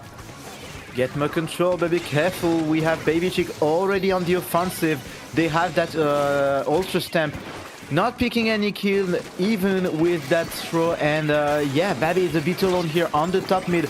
But teammates are already back. We have the Slosher on the right side, IPS on the left. Taking some great positioning, taking the zones. No, it's still neutral and still very disputed. But Devin with one quick shot on Y. Yeah, right now, EXC are holding the zones and punishing everybody from Chick as they are still in that lead with 10 seconds left. Chick now need to run forward. They don't have any resource left. It's going to be rough, and that's game number... No, Nick on the right side, maybe... Nah, no. They don't have the time to... Capturing double zone is so rough. Yeah, especially when you're alone. But I mean, it was great display by both team. I mean, Baby Chick fell short, but it felt like they could do it like without a doubt. So we will have a very, very interesting game 2 going to Hagglefish Market. Yes, Hagglefish Market, very much a classic of Splat zones. Very flat map, which is a map that is great if you have an Eliter on your team. Something that Chick have, one of the best Eliters in Europe in Devin 4K. So pretty good for them. I mean, that depends a lot on what they want to play, because they were bringing unusual weapons, not only that Luna Neo. So can they make it work, is the question. I mean, they definitely can, but I wouldn't call Neo Luna unusual these days. Like, it's coming up very strong and see a lot more plays recently. I mean, with the hammer buff and the fact that like the Luna in general has gotten better because it works well with chip damage weapons, which are very much on the rise, which are very much working. But it's still kind of slow and outpaced a lot of times, you know? Yeah, of course, but it's still not one of the top tier weapons, but it sees a lot of plays, and it saw a lot of buffs like throughout the life of Splatoon 3. Now let's get into the game. No Luna on each side, but they do pick a Splatana Wiper to replace it. Yeah, the Wiper will also bring a few hammers. These hammers can do a lot, and we've seen a bunch of hammers today already. Reiki. Now, can these teams do? Reiki going to the side with a Stamper, forcing everybody from Chick to move back, but the rest of Sky High was splatted, and right now it looks like Baby Chick are taking control and forcing their control over the zone. Devin getting rid of the stragglers right there, and allowing Chick to getting very much control over the map. Yeah, full control for the moment. Reiki on the left side, a bit forced to jump off. And the score is continuing to go down, but be careful, we have a flank. We have a flank on the left side. I don't know who did it, but it made quick work of the defense, and that's a huge flip. Yeah, and here we are. UHC Sky High were able to get the push, to get in. Now we're going to see Chick trying to defend as Yeti with the blaster going under, going in, and getting a lot of pressure. Now Chick were able to get 2 down onto Sky High. The strikes are going onto the zone, and Nick is cleaning up again with that Slosher, getting a double and allowing a Chick to get back on there. Back on there, but they lost the lead, so they have to make it work from now. The penalty isn't too high though, so it shouldn't be that much of a problem. But be careful, Reiki already on the offensive. The Zipcaster is ready. specials will be outputted. They have everything they need. Look at those specials. Yeah, specials being activated left and right to punish on the splashdown, but that's not enough. I think penalty was applied, and now Chick have to work at that zone again, but at least they were able to get back control. Oh, Banshine! Getting two huge splats, and Sky High are taking control over all of that, and now they activate the cooler, which means they will have huge advantage for this defense. That's the advantage of running double cooler. You can put one in attack to get the zone back, and once you have it, just put your second cooler and you have full control for a good time. But look at this! How fast Baby Chick took that zone back, and they still have some specials left with Devin's Wave Breaker. Yeah, and with no more penalty, the Chicks are going to get control of the lead now. Sky High need to push. They lose their pencil right as they want to try to push, and they lose their Zipcaster as well. Their push is completely dead with the other two players marked. It's going to be so rough. They're forced to move out to regroup for one last desperate push. It looks like Chick are able to take that control, and are so close to getting a KO now. But they have some specials. They have the resources they need, and they take that zone back. 5 ticks left for Baby Chick, but they lose it, and then look at how far they are in the zone. And they're completely in there. Incredible answer by Sky High with 2 down on each side. Make that free for Sky High. Can Chick get back onto the zone? Both teams respawning as fast as they can and trying to get the control. Here comes the hammer activated onto the zone. That hammer is thrown forward, able to get one. That's a quick cap of the zone by the Chick. More than a minute left, but the Chick have a huge control rate here. Huge control, but I mean, 1 minute left on the clock. UHC Sky High still do have the time to come back. They can just cycle the resources, cycle the specials, and they will be back in no time. But timer is going down, ticks are going down. It's going to be time for them to make the move, and they lose 2 players. It's so rough right there. The Chick are going to tie up the score with a dominant game right here, 1-1. 1-1, huge control by Baby Chicken on the end of that game. They kept the zone. I mean, as long as they had that 5 points lead, they lost it once and never let it go. Yeah, they're really, once they had that control established, were able to set themselves up, and they did that on Umami Ruins in game number 1, but they were not able to stay in there. UHC Sky High was able to respawn to win the fight, and in the end to outpace Chick. So now we have 2 teams that were able to really outplay the other team, that were able to really get their rhythm, get their groove, and get their game going onto the map that is considered the most balanced, the most, honestly, the one I've heard top players pick up the highest, which is Mahi Mahi Resort. I can't wait to see what these 2 teams bring. Yeah, probably my favorite map mode combination of the whole game. It enables so much play styles. Like, you can do whatever you want on that map. You can play the range, you can play the other aggression, you can play flanks, just keep control, hold your ground, or rush in. Everything is possible, and it enables so much play, so much show. Yeah, it's the kind of maps where you have so much diversity in the map, and many different important points that every weapon will have the opportunity to shine. I'd say pay attention to the 2 chargers and the 2 splatanas. They're different on each side, but they will be key for different reasons, because range on here is so important, and both Zipcaster and Hammer are so strong these days. Very, very strong. Oh, and Devin getting killed right off the bat. Trikey making some quick work out of that Splatana's temper. And that's already huge control by UHC Sky High, just pushing Baby Chick onto their spawn. But no, they're coming back. Yeah, here comes the answer by the Chicks going in and now activating the strikes, trying to cement themselves onto the zone. We're still very early on the game. Water is not going to drop until we reach 61 points, and the UHC Sky High is forced out with 2 players down. Yeti is going to get splatted as well. Chick is maintaining their presence as the water is about to drop. Water is dropping, and now you have so much more routes and so much more space to cover if you want to keep that zone.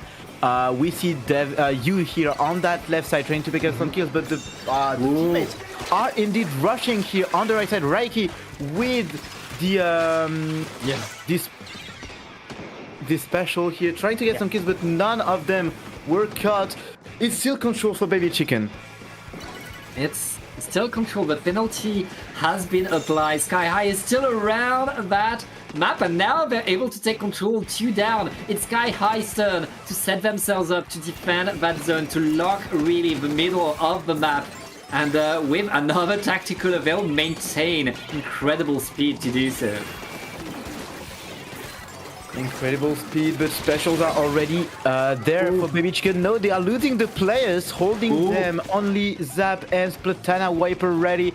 And I mean, UHC Sky High are still going forward. The lead has been taken, and they're just outputting so much pressure and just holding this ground below the ledge.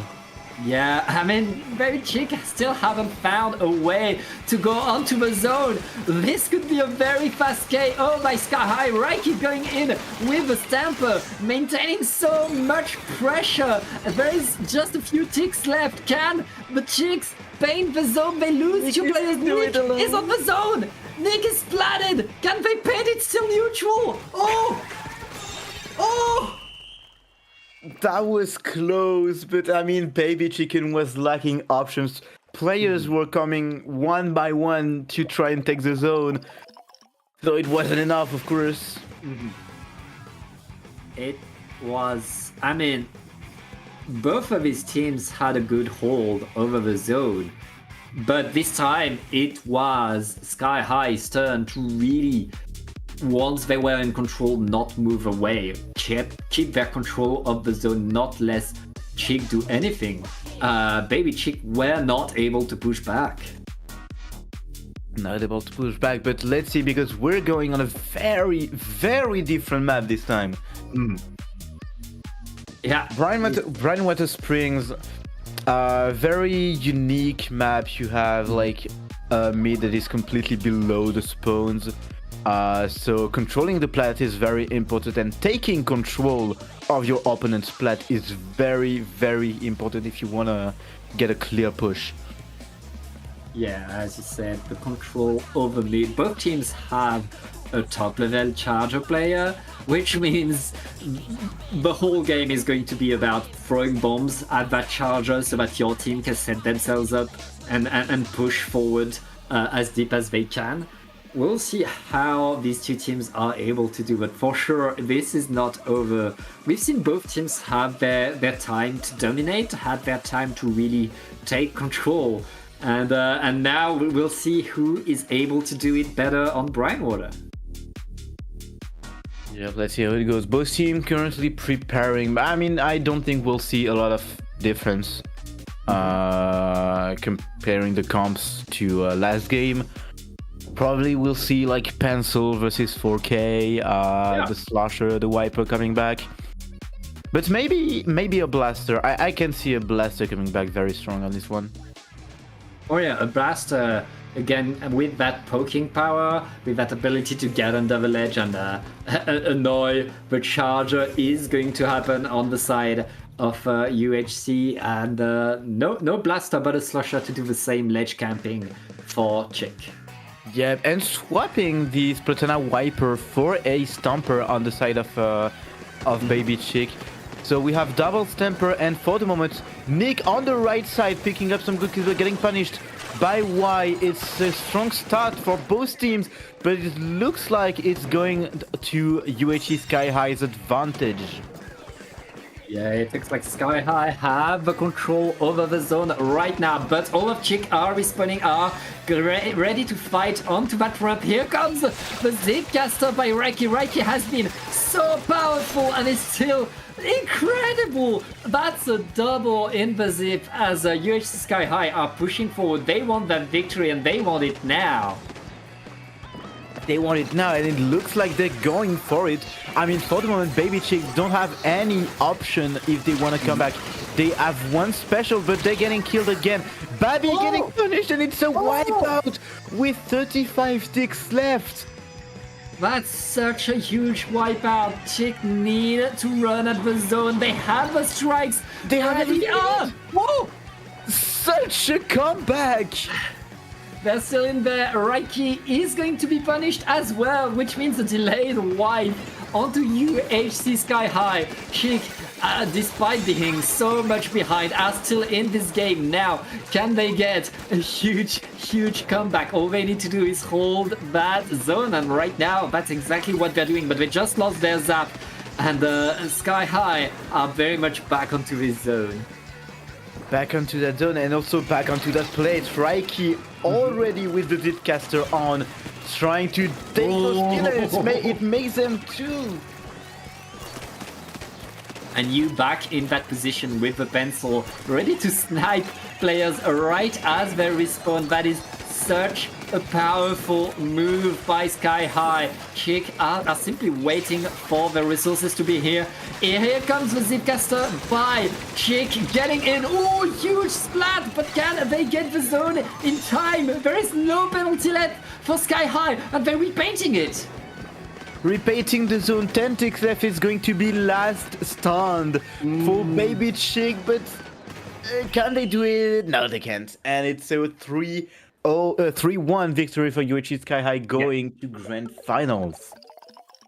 Yeah, great set by UHC Sky High, winning commanding games, honestly. I mean, Chick had their map where they really took control, where they really needed to do, where they really did the full control over the map, but the rest was all Sky High, able to lock Chick away from the zone, from the whole map.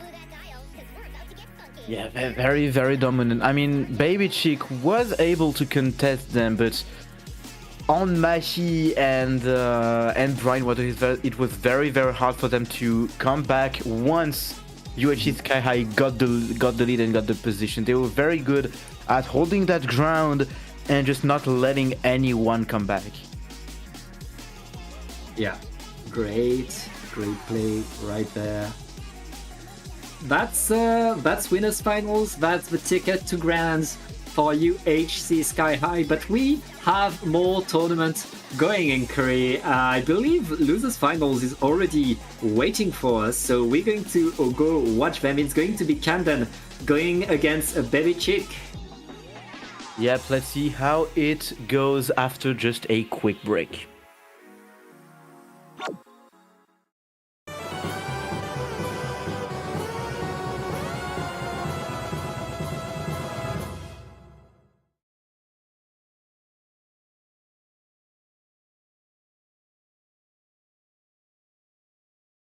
Spoke too soon, apparently.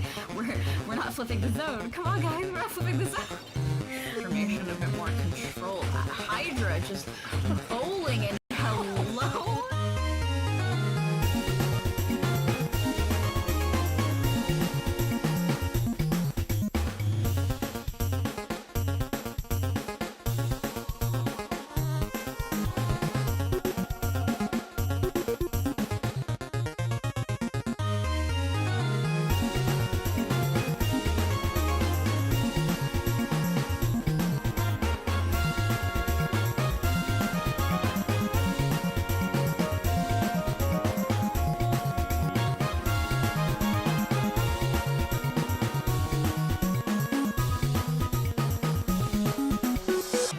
We're just gonna give more players power clams. That's exactly what's happening. So they got them all in. Oh my goodness. Do you want to get started in competitive Splatoon, but don't know how to? The Stronghold offers a free beginner's academy service for new players wanting to play Splatoon competitively. We want to make it as easy as possible for new players to join competitive. We'll create teams out of applicants and train you through a season providing scrims, practices, and coaching. At the end of the season, teams that graduate will play in their first community tournament.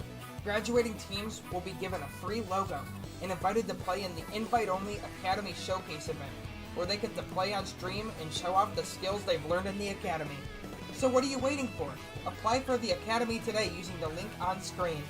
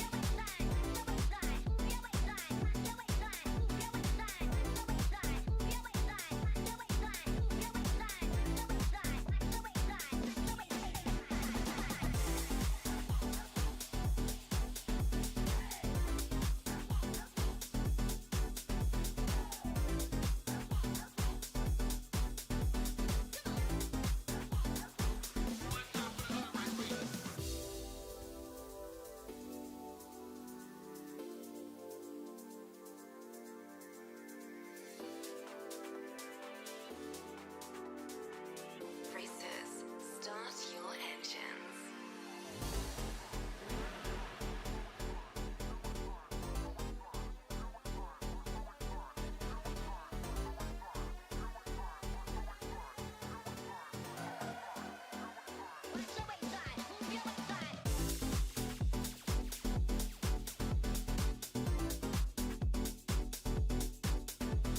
And welcome back to Triton-Cup 99. It's still Inquiry with Pat J here for the losers final. We jumped straight to losers final, couldn't even watch losers semis. Camden won 2-0 against Project Mbappe. So it was a match versus Seed 1 and Seed 2, and now we are seeing Camden Seed 1 versus Baby Chicken Seed Force. Yeah. How are you feeling this, Pat? Don't let the seed deceive you. Yeah. Because Baby Chick is the team that put Camden in here 3-1 in winners semis. Mm-hmm. So this is very much a rematch. This is, I mean, these players know each other. I know that Devin and Yves particularly have played against Camden a lot. We've seen all previous paddling pools with Devin playing Camden in Grand, so... Yeah. So there's like a lot of knowledge between these players. Nick and Tantor, they're from NA, but I mean, everybody knows who Camden is at this point. So this is going to be a very, very interesting thing to watch, especially since Bake sometimes bring the editor, and given that Devin's on the other side, Bake is gonna bring the pencil. Go with the meta. Yep, and we're going back for winner finals last map.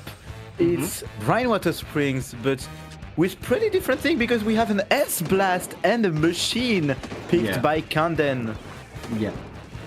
Camden, they like their mid range. They like their chip AoE damage right there.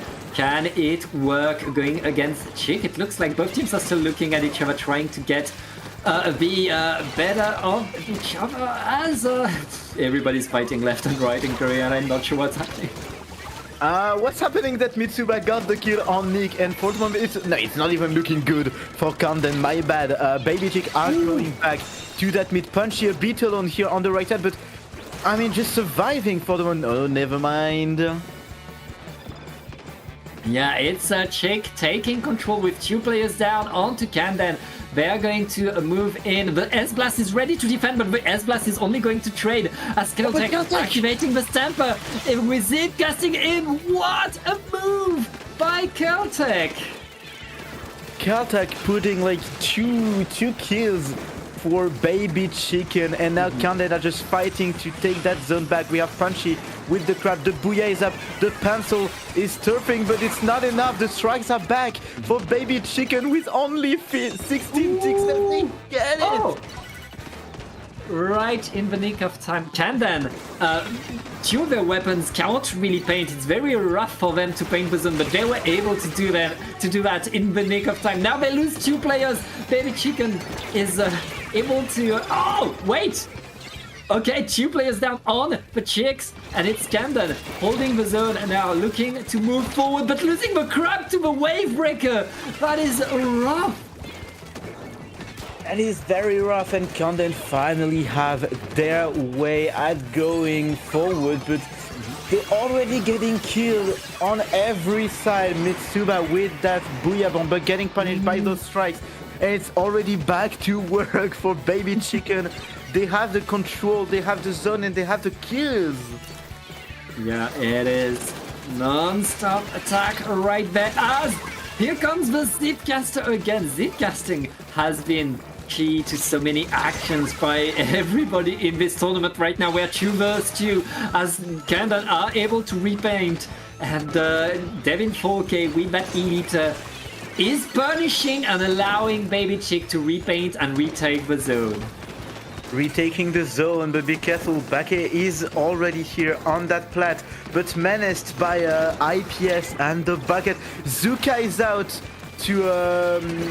to attack Devin, but for the moment it's still full control for Baby Chicken. Bucket here on the right side trying to get the kill. Yeah, it's on a nick and it's a -2. It's again Camden back in control. Now they don't have that much penalty inquiry, and right now they're very much able to push Chick away, holding their control a bit longer. Can the Chicks get in there, paint the zone? Very nice.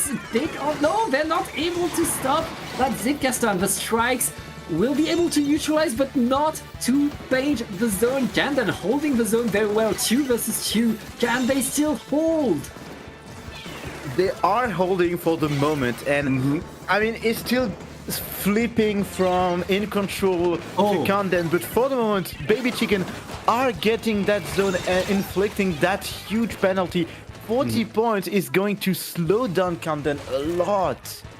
Yeah, it is very, very rough for Camden right now as the Chicks are getting back control over the zone. 2 players down onto Camden. Chick are getting more and more control. We have the ramp in the last minute in Korea, and it looks like it's non-stop. Oh, they're still in there. The crab tag is deployed by Camden, but they're so far away from the zone they won't be able to paint very well. Chick moving back, no penalty left, simply painting the zone once more. The cap is coming from Camden, but the strikes are instantly taking it back. 30 seconds left, and Camden are still fighting as hard as they can, not just to take the zone, but to get ahead of it, and they're not able to get more than that. Chick ignoring the zone right now. They know all they need to do is win the fight. That's exactly what they do. Camden not able to paint enough. 10 seconds left, and Baby Chick are holding that zone. Bucket! Holding that zone, no! Oh! It's -3, it's 1v1, but no! The Bucket can't take the zone in time! That was tense. That was very, very tense. I mean, they spent the end of it like just fighting as hard as they could, and it didn't work. Ips and the rest of Baby Chick really able to hold that and get the first game.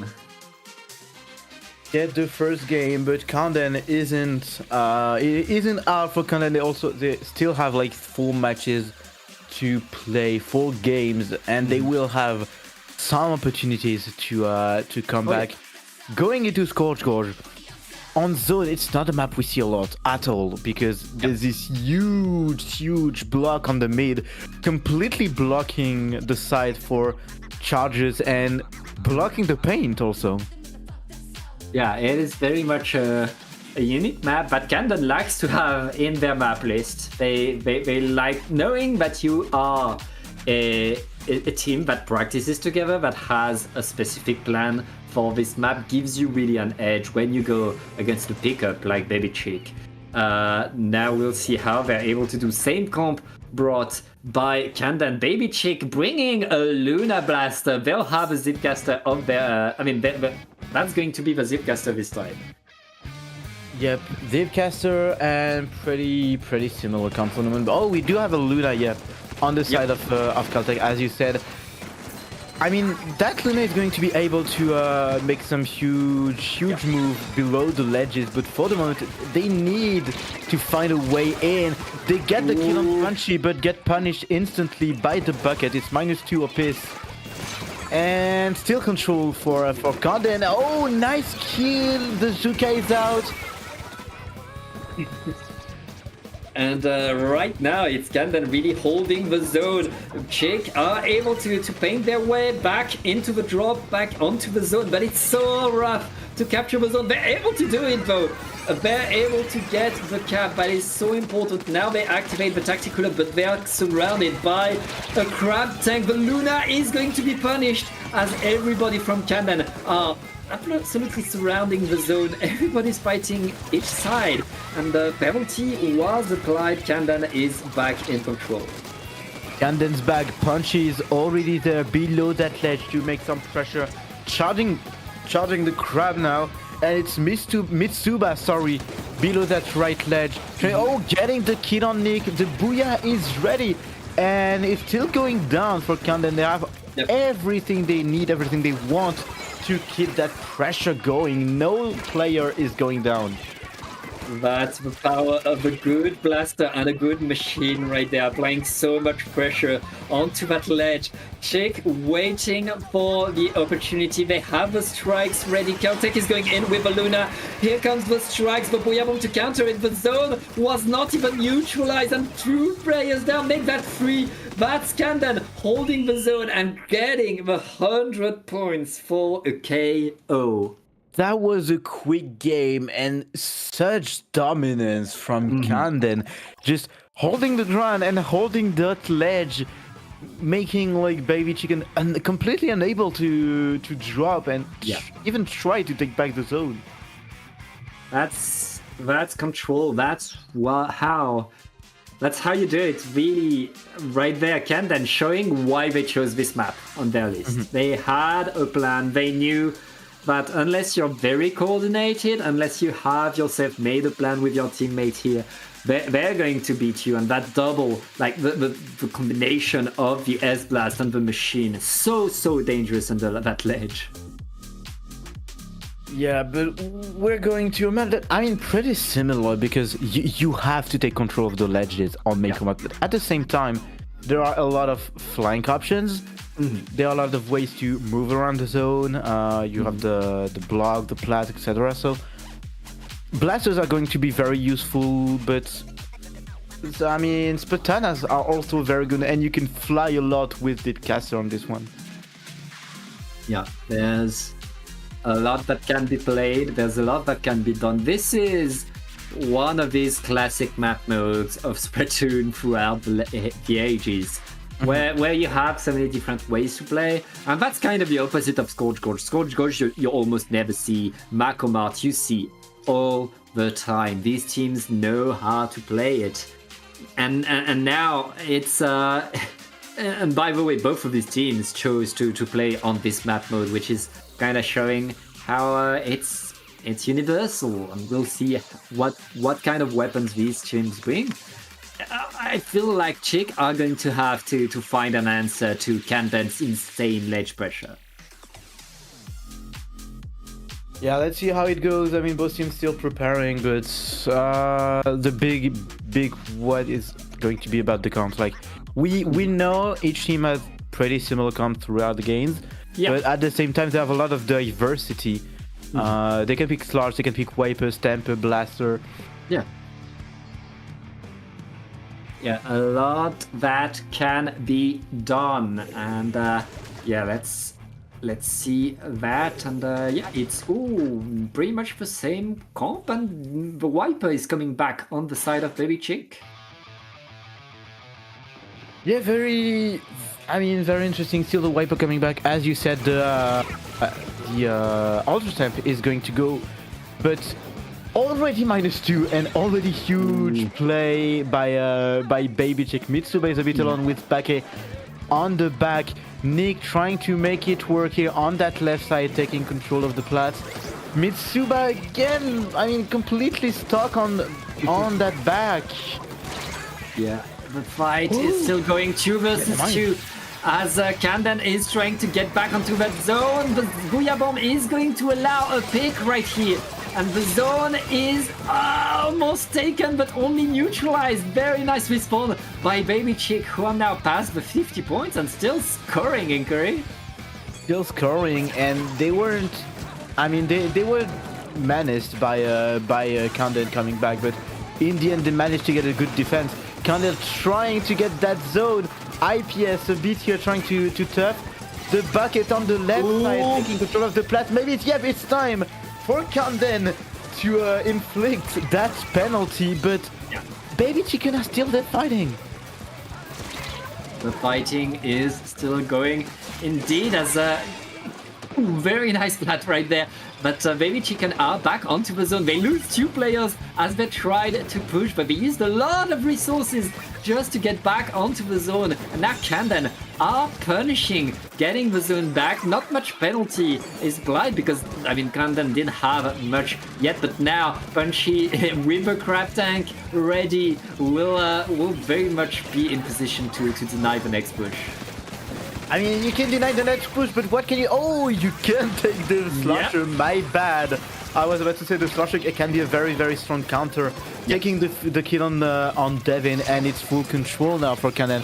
They had the position, 50 points left, and they're just blasting through that zone for the moment.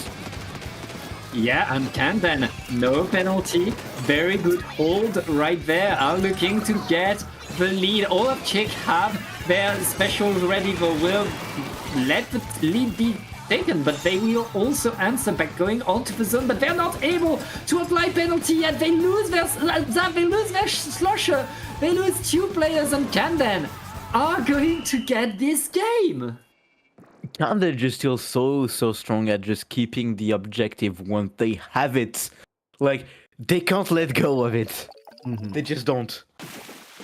It's really their ability to stay where they are, to really hold the control that they've taken. They're so hard to push on. It's very much their big strength, that they're so hard to push on, and now Chick need to find the push, need to get in, because Kanden is now 1 game away from getting their revenge and their ticket to the grand finals.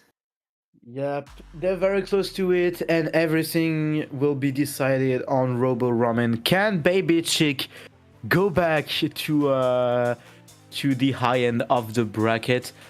Or is Kanden going to get that revenge on them and go face UHC Sky High for the win? It will be done on Robo Ramen. We've seen it countless times before. That map is such a classic. You can expect everything on this one, but at the same time, you know what to expect. Yeah, there's a lot that can be done, a lot of different things that can come. No comp change on the side of Kanden. Meanwhile, that's a min decavitator that's being brought by a Baby Chick. That min decavitator is very much an incredibly strong weapon. The nerf hasn't changed it. It's still one of the best weapons in the game, in my opinion. Yeah, it can still be so strong at just rushing a plat and take advantage of it very quickly. But for the moment, strong start by both teams, still neutral position. Everyone taking some kills. Back here trying to go forward, but for the moment, I mean, it's just very disputed on mid.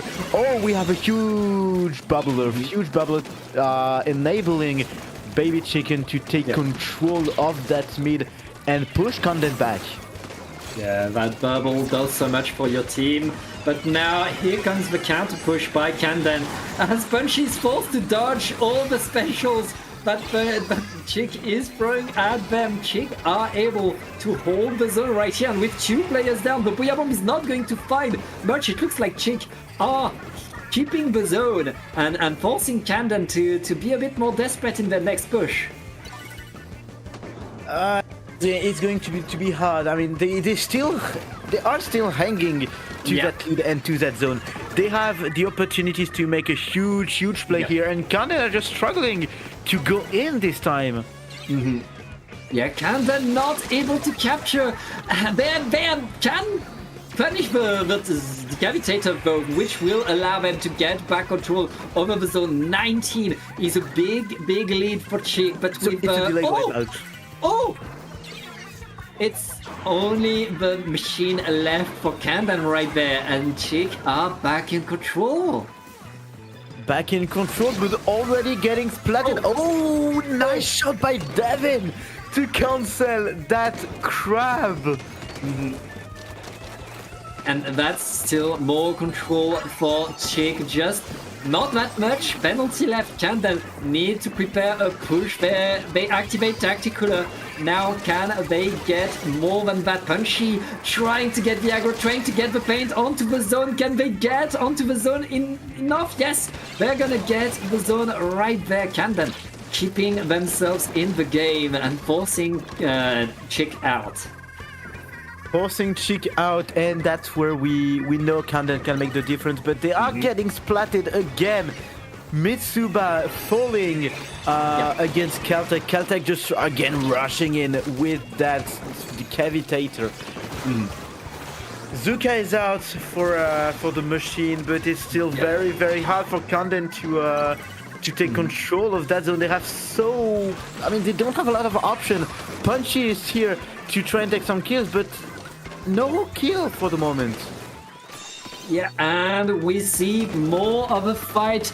Chick getting back control over the zone. They don't have that much penalty. Camden needs to paint that zone very fast. Ips onto the zone with the zap, trying to maintain the presence. No penalty was applied. Beautiful play by Chick, but Camden is still in that fight. They're not able to take the zone, but they take 2 players now. They're going onto that zone. A few more points were scored, but Camden is still in there now with the Booyah Bomb. They'll force Chick to move to the side.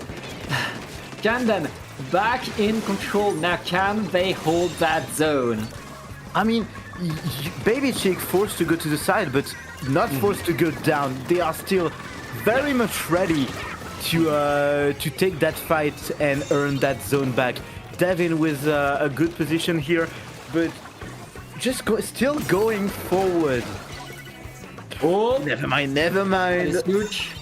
That is huge. We talked about how good Camden can be once they in lockdown mode, and that's what they just managed to do. They're all ahead of the zone, all forcing Chick to wait a little bit and to fight under their own spawn. Can Chick get the push right now? Both teams looking at each other, fighting left and right. Punchy with that crab tank, forcing everybody to dance as Chick are throwing the strikes into the zone. Can they apply penalty? Yes! They can, and that's a huge play because with 30 seconds left on the clock and 2 players down for Camden, Baby Chick are such in a good position right now. I mean, Camden just don't have the resources to go back and take the zone. Yeah, it is so rough for Camden right now. The Booyah Bomb is gonna come. This Booyah Bomb needs to paint the zone. Is it enough? It's not enough. Chick painting and getting game number 4. In Korea, of course, we had to go to a decider. We had to go to the decider. Game 5 in losers final. I mean, Baby Chicken just able to answer perfectly what Camden was doing on that map. They had always the upper hand. I mean, they lost it once, I think, but they managed to get it back. And we're going to, again, one of my favorites, Barnacle and Dime. Very straightforward. You know what to expect, and it always brings some very, very good fights. We talked about how good Camden is once they are in control, once they are ahead of the zone in the positions they want to have. Chick didn't let Camden get that for 4 minutes into the game. And after 4 minutes, Camden managed to finally get enough splats to do that. But then Chick had so much an advantage, so much of a lead. They could stay calm, they could prepare a push together. All they needed to do was repaint the zone. And that's all they did right there, which means they get the game number 4, they get to see the tiebreaker on Barnacle. Now, on Barnacle on Dime, this is a map. This is a map where it's pretty rough once you're pushed away, so we'll see what team is able to really do that. I mean, one thing that Baby Chicken were very good at to me is that even if they lost the zone, they were keeping so many players alive and ready to fight back that everyone could just jump to them and they were already back into the game. And for the moment, they have a pretty strong start taking the first kill, but losing one player, the crab is out by Punchy, pushing people out onto their spawn. IPS is a bit alone. Caltech trying to move forward with that bubbler, but not getting punished. Ooh.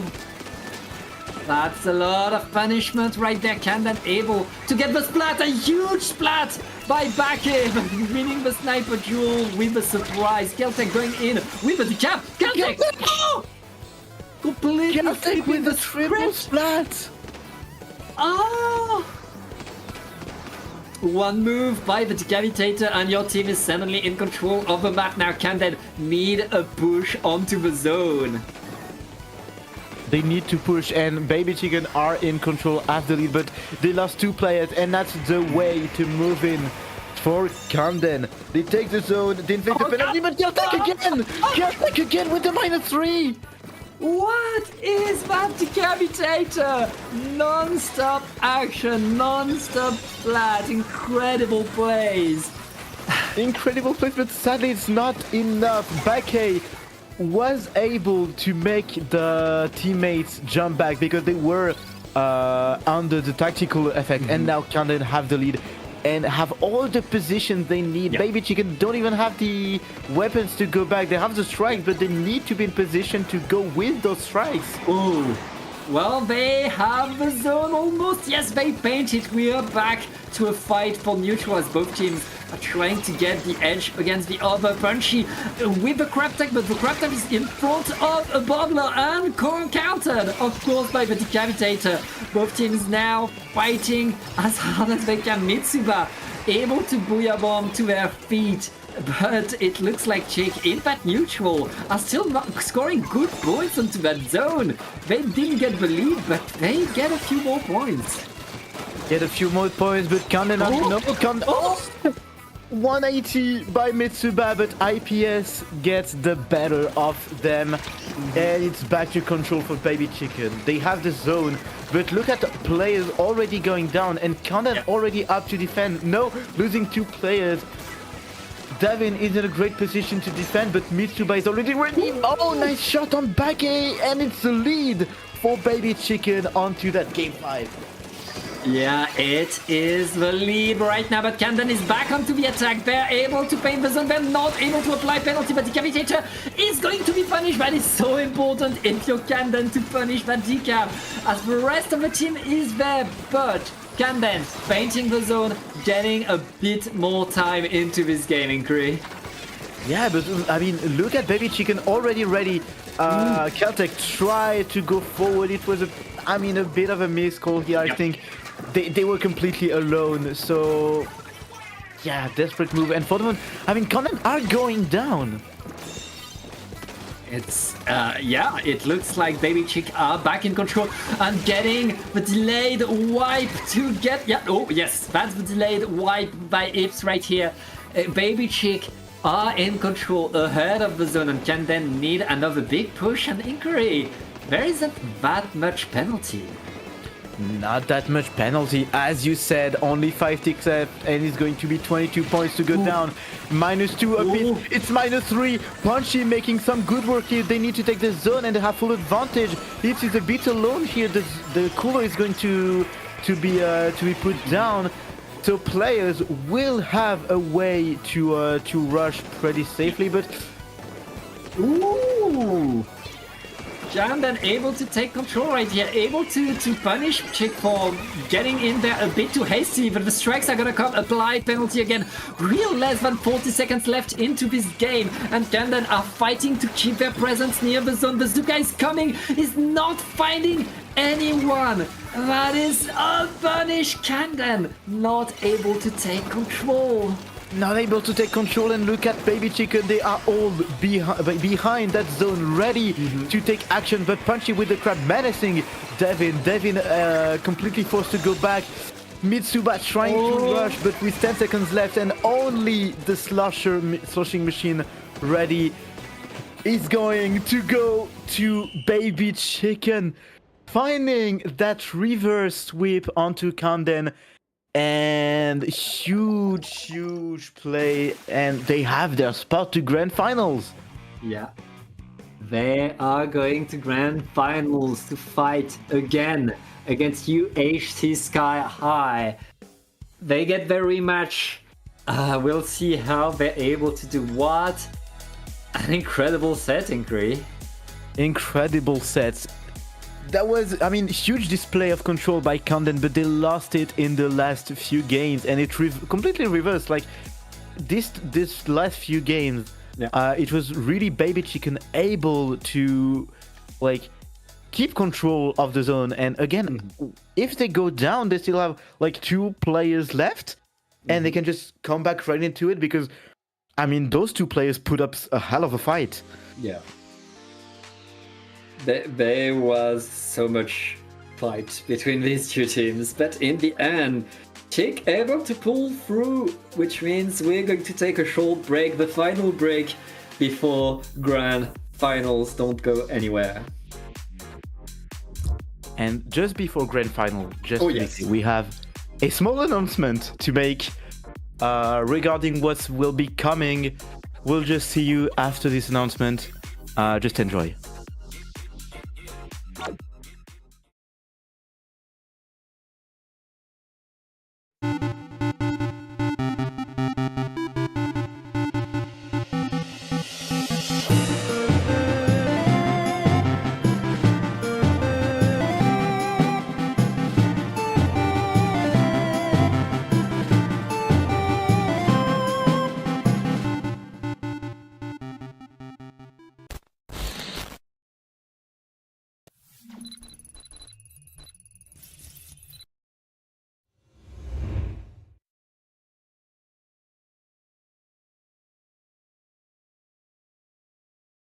That's right.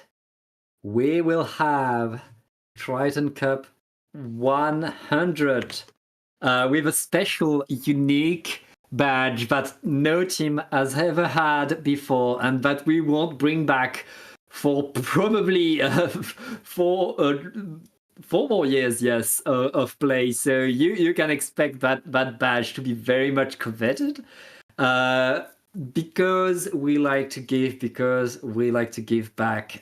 This Triton-Cup will be in collaboration with Les Restaurants du Cœur, a French organization that provides meals to the people that need it the most. And it will be in collaboration also with EBTV, our French TOs, who will be streaming this Golden Triton-Cup with a French cast. Yeah, it's going to be a very, very huge event. You can expect a lot of teams to sign up, especially since it's right on a 100. I mean, the 100th edition of this huge tournament that we see every 2 weeks. And as you said, in collaboration with eSport Bros TV and Les Restaurants du Cœur. So it will be a charity event. So yeah, just sign up. You have 2 weeks to prepare yourselves. Yeah. And yeah, a huge Triton-Cup incoming, a special golden badge. You can use the QR code here to get more info if you want, and everything will be on every socials that you know and use. So we'll take a short break and watch who is going to be the final Triton-Cup winner of the double-digit Triton-Cups. I'm sure you should get hyped for the 100 already.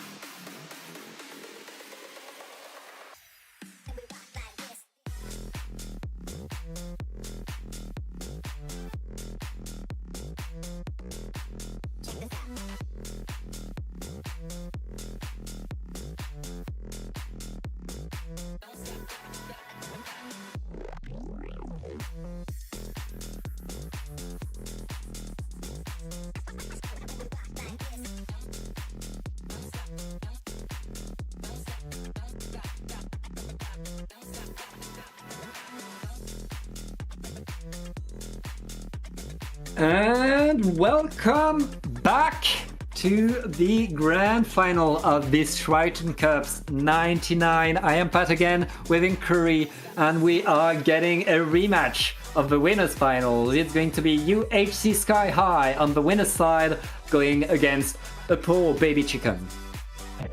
Not that poor, though. They put up a hell of a fight previously into that Triton Cup, so we can expect huge plays from them into that grand final. But they're coming from loser side, so they will have to win 2 sets if they want to get the final win. And we will be starting, as last time, Splat Zone Umami Ruins. Yeah, Umami Ruins, very much. One of these classic maps, it was chosen by UHC Sky High. We'll see how these two teams are able to do again on here, and what they can do. Let's see, we've seen both teams play very well on this one. We can expect some pretty classic comps, return of some blasters, some slashes. Oh yeah. Very PD comps, even though we have a 4K on the side of Baby Chicken. A lot of fights, a lot of moving around. Yeah. And we are going into Grand Final Game 1. Let's see about the comps. And we do have a blaster on the side of UHC. Yeah, and the Decavitator coming back for the baby chick. That Decavitator, if put in front of the zone, if put under the snipe, it can really take a lot of control for your team. Now, it looks like baby chick in blue are taking a bit of control now. Can they really establish themselves? They lost 2 players though. It looks like Sky High are going to punish and get forward. Going forward, the cooler is down and ready for UHC Sky High. They have everything they need to take control of that plat, but Baby Chicken aren't going to let themselves do. Nice kill by Devin, nice double kill by Devin, and they can finally go forward with that -2. The strikes are up and everything going with it. The power an Elite can have in a single push is incredible. Right now, Baby Chick took control of that game, and it's non-stop! Devin 4K pushing more and more, punishing more players, as UHC Sky High right now are going to lose the lead. Losing the lead, and it's still in control. Never mind, only Ilse is here for Baby Chick. And look at UHC Sky High. I mean, just repeating what they did last set. They're just going forward again and again and not leaving that plat alive. Yeah, and that's more fight going. UHC Sky High pushing in. They want to maintain their presence. They're going to get the lead now. The bubbler is activated in front of the zone, but there's not really much to... Oh yes, they're able to get in, and with 3 players down, it's only you to keep the side for UHC Sky High. Chick? Wait, Chick was not able to really take control though. No, they weren't able to. You was completely defending here. Keltec trying to find a way to get some kills, but not getting any, and Devin is the last player standing. It is pretty rough for Baby Chick right there. UHC Sky High are punishing, but a few more players down will allow Baby Chick to get back onto the zone, feint to that side and apply penalty now. We have 30 ticks of penalty on both teams around, so it's all going to be about who can get the good hold next. Oh! That's a huge thing by Devin, and look at how forward they're going. The bubbler head right there is going to allow Baby Chick to really take control of the map. And now, the punishes are going as well. Yes, it's still going down for Baby Chicken. They have the lead, and I mean only 30 ticks left. But UHC Sky High are pushing back now. They have a nice double kill with the blaster and the triple splashdown, but nice defense and no penalty applied. It's so rough for UHC Sky High right now. It's Baby Chick taking full control, outpacing and outfighting still. Getting more and more. Baby Chick, they're on the loser side, but they're going to open the score with a 1-0. 1-0, very, very strong opening by Baby Chicken. Like, such a strong game overall. They never let go of that zone. They were always in position to answer whatever UHC Sky High threw at them. Yeah, very much the answer that they had, their ability to come back to get in. And I mean, we saw Devin 4K get 1,000,000 snipes with that Elita. That was incredible, an incredible game. And that's the thing, when Devin was not hitting the shots, UHC Sky High was moving faster, was getting more paint, was getting more control. But these pop-offs that they were able to get reliably throughout the game allowed them to get the KO. And going into there, it's going to force UHC Sky High to think a little bit more, to second guess themselves, because you have to pay attention to the leader all the time now. Yeah, the answer won't be that easy to find against Baby Chicken. They have such a strong composure to keep the objective into their grip. So yeah, UHC Sky High will have to find an answer, and the answer, I mean, can be there onto Hagglefish Market. It's very different map. You have a central zone instead of two very little zone on each side. But I mean, it's still a very, very strong map for a 4K. It is, but it's also a very strong map for a crab tank paired up with a pencil, which is what UHC Sky High is bringing us without much surprise. Both of these teams have really the kind of tools to keep the control once they got it. Now the big question is, can they take control? Can they take control? They already are taking it. Like, huge crab here by Mainshine on that right side, but getting punished right after by Keltec. Keltec moving onto Reiki, but for the moment Reiki with that Zipcaster outputting some pressure and just completely denying Devin to bring support to their team. And we see both teams fighting for that zone, both teams with a few players down, but Chick keeping the zone during that fight. That's a nothing lead pretty much, as we're still in that fight, but look at that, neutral is still active and the zone stays kind of blue. The zone stays blue, but Manshine here on that left side, completely turfing that zone out. The crab is ready and they haven't lost any kind of resource, so they can spend them now to completely take the advantage. Look at that crab position!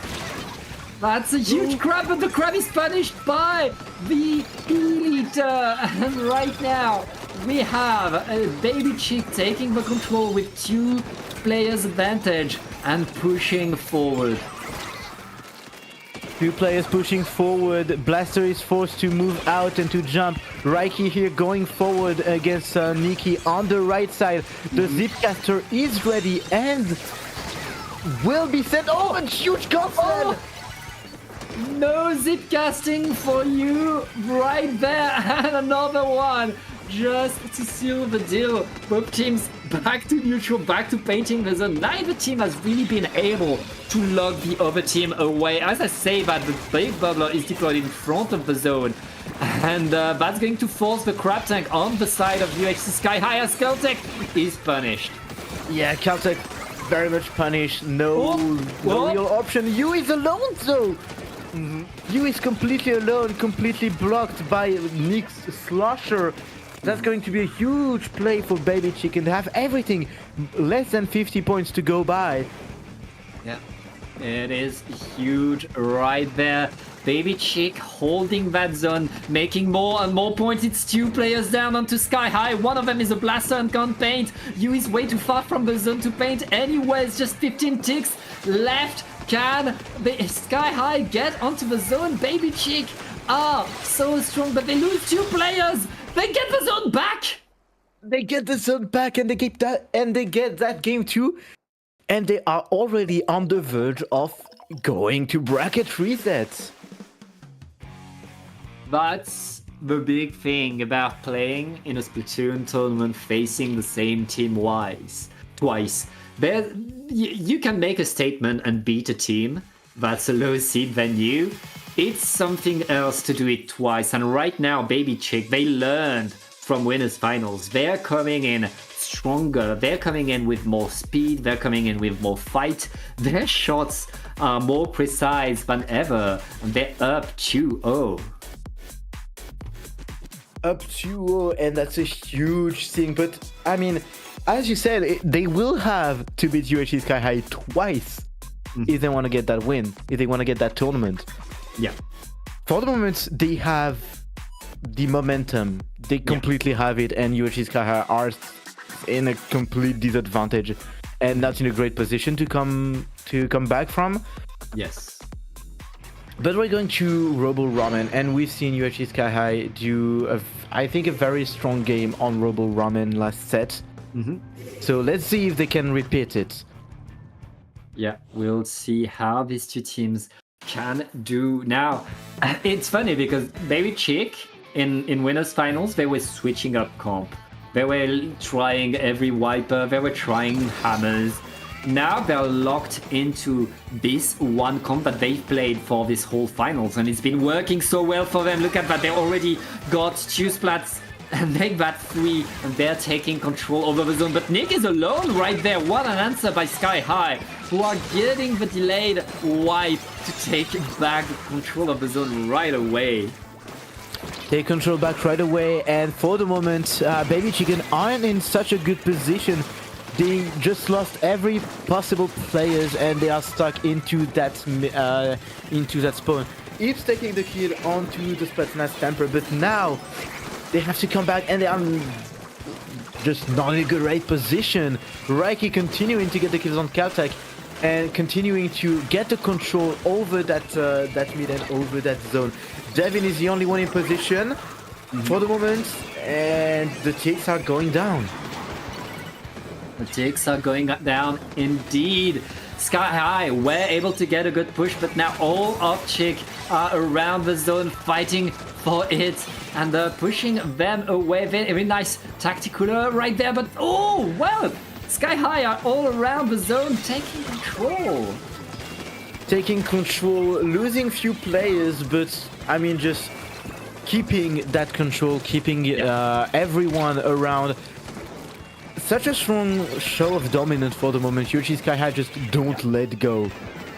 Yeah, everything Chick has done, every push Chick has gotten, Sky High was just flanking them, punishing them, stopping them. And right now, they don't have much penalty left. They are looking to extend their lead as Baby Chick are not able to do much. Oh wait, as I say that, 2 players down onto Sky High, and Baby Chick are able to apply penalty again. Apply penalty again, but look at UHC Sky High already in position to go back, taking that skill on the bucket and taking that strong position below the ledge. You will be able to take that zone back. Now, no one is in control, but yeah, it's just, I mean, back to neutral position. No, never mind. Baby Chicken are in position to go back to the lead. They will have to get a strong push though. Yeah, it's very much Chick in control of the zone right there. But can they hold that zone? It's 2 players down on each side. Reiki going in with the Zipcaster, trying to get the punish. Able to punish Ips in that super jump. That means less tactical for Chick in the future. Chick losing 3 of their players, and the zone, UHC Sky High, really adapting, really finding the groove and getting in there to make Chick bleed now. I mean, Chick is indeed bleeding, and it's a huge wound here. They just can't go forward. They have those strikes. Yu is able to paint over it for the moment. Okay, never mind. Caltech putting that bubbler down, getting those kills, but it's only -3. It's only -3. UHC Sky High is still in position for the moment. It is still in. Reiki activating the Zipcast.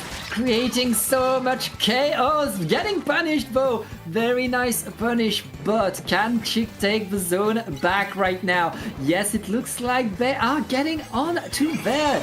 That's penalty again, but with pretty much just a minute left into the game, Baby Chick need to use that minute to their best and keep that zone. They are keeping it for the moment. Yu is not in a great position to tough it back. The blaster is forced to jump off. And the penalty went completely down. But look at those kills from the blaster already. Menacing Devin. Oh, nice shot to counter, but Reiki is already there. Killing Devin, and it's huge control for UHC Sky High. 30 seconds left. They have the lead, and they don't even have a penalty left. Yes, they are in a very good spot. Here comes the strikes by Chick, trying to stop the zone, but they're not able to apply penalty yet. Yes, the bubbler will do just that. Now, this is do or die for Baby Chick. We are in the last 15 seconds of the game, and Baby Chick need to hold that zone, but it's their turn to be out of penalty, Incree. Out of penalty, and they need to take the kill. Nick getting one, getting two. The blaster is alone, but Reiki is here on that left side, outputting some huge kills. So triple slash down, stopping the zone and taking control. UHC Sky High, time to breathe, and maybe time to start a reverse sweep to get the win. But just maybe. These two teams were on the same amount of points. 0.6 more seconds, and it was a 3-0 for Baby Chick, but UHC Sky High reminding us why they are on the winner's side, reminding us, but they are pretty good at this game as well. They indeed are.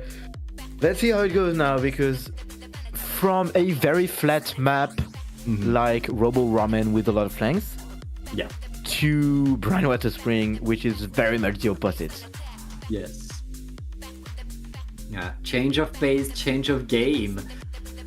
This is a map where these two teams fought in winners finals, I'm pretty sure, and UHC Sky High very much had a lot of control and took a lot from Baby Chick winning the game. So after winning the next one, going onto a map where they know they can win, they know they can do it, is pretty nice for UHC Sky High. Certainly, this first set is not over. Yeah, definitely not over. And as you said, yeah, UHC Sky High have a lot of control on that map because of the blaster and the Spartan Stamper being really, really good on this one. But don't count Baby Chicken out yet. They have also some interesting choices, but the bucket is already going down to the blaster. Caltech is going down too. Ips is alone on that left side, taking the kill on the blaster, and it's time to go back to that zone. It's holding them. Yeah, but it's not over yet. It looks like UHC Sky High are able to keep the zone, are able to win that fight, punishing well enough. Baby Chick are back into their spawn now and need to prepare a complete push. Here comes the Wave Breaker to create some chaos onto the zone. But can they get the paint? Can they get the paint? That's the question we're all asking. Nice kill by Devin onto that blaster. Make that two. It's a strong comeback for Baby Chicken. They have the lead, they have the position, but now they will need to keep it. And nice kill by the blaster. The triple splashdown is out and already taking back that zone. It's non-stop more action right there as UHC Sky High are holding that zone, but here comes the snipe. Here comes another one, and that's now Baby Chick going in, looking to get the zone, but they're not able to pick. Oh yes, they are. Yeah, they are, but I mean, UHC Sky High players are still there fighting. Manshine abandoning the blaster, dying to. Yu is a bit alone with that pencil, and it's maybe time, but look at Reiki! No! Reiki getting punished by the landing of Caltech. Yeah, that Decapitator is now going in, creating a trade and taking so much attention. That's the lead for the Chicks. Ips is forced to move away as Sky High is pushing back onto the zone, but do they have the power to get back on there? Reiki is alone and is going to be splatted. That's still numbers advantage for the Chicks. Numbers advantage. The blaster on the left side, sharking. Be careful to what it can do. But they know it's here. Reiki with that Deepcaster, but not able to paint the zone, but able to take some kills on Devin. 5 ticks left, 4. And it's going back to UHG Sky High at last. Yeah, they apply a nice penalty right there. Chick has to, I mean, they have a good lead. We're more than halfway through the game. That's the kind of lead that can win you the game, especially on Brine Water. But right now, UHC Sky High are able to take back that control. Oh, they haven't seen the bucket. There's the bucket behind them. The bucket is painting the zone by themselves, forcing them to look back. They're not able to capture or to apply penalty, but that's going to allow Chick to get back into the game, get back onto the zone, and with the strikes, apply penalty. Applied penalty, Reiki is a bit alone with that Zipcaster. They have the Zap waiting for them, and for the moment it's a very good operation. They took some kills, but it's time to go back to plat anyway for UHG Sky High. Control for the Chicks, but it's going to be hard to maintain. Never mind, nice kill by Devin, but the triple splashdown is taking back that zone instantly. Huge overtake right there. Sky High still in this game, still in this set, but can they hold that zone? There's 1 minute left in the game, 1 minute for them to get back the lead, but they already lost their... Oh, they lost 3 players! They lost 3 players. Reiki is alone, and it's a delayed wipeout by Caltech. Huge operation by the Chicks here with 50 points of penalty, but a huge lead with only 4 points left to the KO. Yeah, incredible play right here. Baby Chick are in control, holding that zone. With 30 seconds left, Sky High needs to get the zone. That's exactly what they do. With 3 players down, very nice position. Now they're going to have to hold it. Holding it will be hard. They're already losing some players. Caltech on that side here. The blaster is alone, trying to make it work. The triple session is ready, but not even cancelling the zone. Yeah, they are painting that zone as hard as they can, but Chick is painting as well. Oh, 2 players down as they try to cap. That's going to be a recap by Chick, and that's 3-1. Baby Chick get the bracket reset. Huge bracket with a show of dominance by Baby Chicken. Only lost 1 game here, and just continuing on to that momentum they gain from loser finals. I mean, should play, they just don't let that zone go. Yeah. Very much keeping that control, keeping it going, getting more and more and more. That is the way to do for Baby Chick right there, who get the 3-1 in this grounds to reset the bracket. Both of these teams have won 3-1 against each other. Both of these teams have really showed what they can do, have shown the speed, have shown the coordination, and now have to show it all again one last time. This is the end game now. We're going to bracket reset. Let's see what maps. Sorry? Yep. Robo Roman is going to be our first map right there. Yeah, so we are in the process of changing the overlay that will be done during the game, sorry, but yeah, let's go with Robo Roman. These teams are not waiting, these teams are coming back in. Same comp, same players, let's see it. Let's see it, but UHG Sky High did win on that map previously, so they have the upper hand for the moment, and they can like take a strong start, but for the moment they're losing already 2 players. And big opening by the Chicks, but the Sky High are finding the answer. Oh no, big bubbler in front of the zone. That is That is very much Chick holding the line, getting more, but the constant tactical from Sky High are now activated. They're going back onto the zone. Going back onto that zone, but Caltech is already there to defend, taking one kill on Manshine. Reiki on that right side. Oh, nice cancel of the triple splashdown. Devin a bit alone, but getting the kill again. That is a huge splat right there. 2 players down onto Sky High. Chick are simply pedal to the metal, riding the momentum that they got in the previous set and getting more and more and more and more. Getting more, and with only already 25 ticks left. Like that's such a huge control by the Chicks. And UHC Sky High will have to go, but Caltech already trying to get something, but okay. Now is the time to breathe for... Not even time to breathe for Yoshi Sky High. I mean, they have to capitalize on this retake. Yeah, I mean, Sky High, they play double tactical. They have to push forward all the time. They're not allowing themselves to breathe. And right now, Chick are very happy to match that speed, bringing back the strikes onto the zone. That's going to be, with the amount of lead that they have right now, they can simply delay for the next 3 minutes, but they don't want to delay. They want to get into more fights. Want to get into more fights, but I mean, they have to do with such a quick composition by UHC Sky High.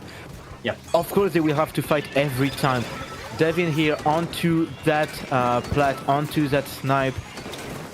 Being a turret to look at everyone possibly menacing the zone, and for the moment, I mean, it's working. Yeah. The bucket, Nick trying to get some kills here, but getting punished by the blaster, but it's in control. Oh, Devin is alone. Devin is alone, but finds a kill on Reiki though. Yeah. This is Sky High taking some control, pushing a bit forward. That's what they want.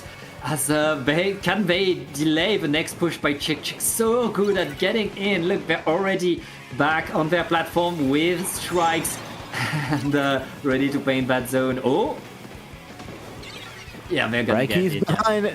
Pay attention to them, but they don't have the time, and it's still zone. No, it's no zone cap. No zone cap. Chick back in control, and look at that bubbler getting in there. Oh, the decapitator is punished, but Sky High have to get another push onto the zone now. Can they paint it? They really want to paint it right here. The pencil is going to do exactly that, as all of Chick... no, Chick has not enough to stop Sky High from getting the zone this time. I mean, they can't stop it, but they can still make them lose time. The tripling strikes are down. Nice triple splashdown, but getting punished right after, and is still neutral zone for the moment. With the Chicks ready to answer, but Reiki taking one great kill on Ips. Not even getting punished at the landing. Yeah, Reiki has been so key. Every Zipcaster has been so powerful for Sky High, but Chick are recognizing that now and really punishing every landing, every moment that Stamper is used. And right now, with 1 minute left, they take the zone back. There isn't much penalty. Sky High painting as much they can, but losing 2 players. They need to apply penalty at least if they want to stay into this game. You on the zone will paint it for penalty. Now Chick need another push. They need another push, but I mean, they still have the time to set it up. UHC Sky have a lot to recover from. 50 points left, the triple splashdown is there, getting punished. It's already -1, but Caltech will have that bubble. The strikes are on. The bubble will not even be put down for the moment. They don't need it. And such a powerful presence on the map by Chick. I mean, it's the reset. It's only game number 1 again, but right now there is so momentum for Baby Chick. Sky High throwing themselves at the zone, trying to paint as much as they can, but they lose 2 players. They're called back, and that's game number 1. Game number 1 for Baby Chicks. They have the weapon they need, and they have the tools they need to get into that win. For the moment, they have been the dominant team into that grand final. So let's see how it goes. But as you said, they're coming with a very, very strong momentum. Yeah, I mean, in winners finals, we saw Baby Chick against Sky High. They were hesitating. They were trying different comps. They were kind of letting UHC Sky High get away with their game. Right now, Baby Chick are locked in.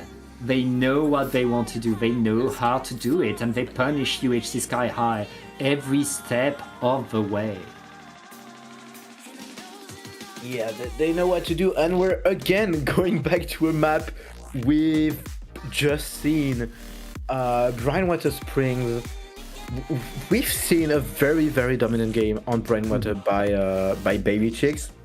Yep. Even though UHC Sky High put a pretty fair fight on it. Yeah. They don't start as they start as an outsider on this one. I mean, at this point, Baby Chick are looking so strong, have the momentum, and it's on Sky High to really adapt, switch up their game, create something to surprise Baby Chick and counter that combat they've been on, because right now, they look so strong. They do look very strong. Let's see how it goes. Waiting for the players to get ready. It's going to be a very important game for both of them. Like, if UHC Sky High loses, they submit themselves to a forced reverse sweep if they want to get the win. Mm-hmm. And like, if Baby Chicken want that win absolutely, because it's going to put them in such a great position. Yeah. That is very rough indeed. Now let's see what these teams are bringing. In terms of weapons, not much surprise. And it's already 3 down. Raiki's alone. Raiki's alone. Raiki, can you do it? Raiki's dancing and getting a splat before jumping out. That's a very nice move. We'll have a Zipcaster very soon to enable the push. Here it comes. Reiki very much saving the team right here and allowing Sky High to get back onto the zone. Getting back onto the zone, and Reiki just killing again Eves here, and that's going to be UHC Sky High with the control. Small lead by Baby Chicks, but it's going to go down, and it's a lead swap for the moment. And look at Baby Chicks, they are struggling to come back this time. Yeah, as you say that. There's a nice shot by the Decapitator right here. And it looks like, Chick are going to get back the zone, are going to get back control, but they're not gonna get Raiki down yet. Okay, finally they do.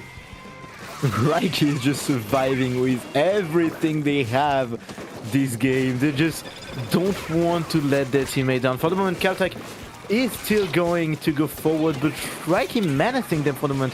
The Bubbler is ready, and the lead will swap to Baby Chick. The Bubbler is in front of that zone, but it's not that important anymore. And it's Sky High back in control of the zone, holding the line, trying to deny. Oh, here comes the big Bubbler. I didn't notice it was the Bubbler blaster coming from Sky High this time. But that's a bit of a change. Galtech getting only a trade with that Decapitator. That's not enough to cap the zone, and Sky High are holding the zone. They don't have that much penalty left. Can they get the lead? Can they get the lead? That's going to be the great question. There will be a lead swap, but the Chicks are already here with those strikes, but not turfing the zone with them. Nice kill on the blaster, make it 2, but for the moment, UHC Sky High are looking so strong, and they have the answer they needed. Yeah, it's very much working for Sky High. They are holding that zone, punishing everything. It's 2 down onto Chick, and Sky High are still simply winning this game. We are 1-1. One apiece. That great final is delivering the show we wanted it to deliver. Yeah, great show right there by Sky High. We have a set, we have 2 teams that are ready to answer, and I guess now it's on Chick to recognize that Sky High adapted do they change what they do? Do they step up their game again? Do they switch things up again to punish that new blaster? I mean, one thing that may have been very, very, very strong here is probably you switching to Lita. Those one-shots can be very important. You can give up on a bit of stuff to gain some range and the ability to one-shot people. It can make a huge difference. Yeah, it's a lot that can be done. And yeah, I mean, we have two teams that are incredibly powerful that can really answer what each other do. Keep an eye on Reiki. Reiki is going to be behind you with a Splatlana Stamper. Keep an eye on Devin, who's going to snipe everybody. All of these players can absolutely pop up and create a huge difference at any moment of the game. And now with Elita versus Elita again, we'll see what happens. We'll see how it goes. Both teams starting with, I mean, the same comps. One player going down, Reiki already going down on the side of UHC Sky High, but look at the blaster completely denying Devin to take control of that plat.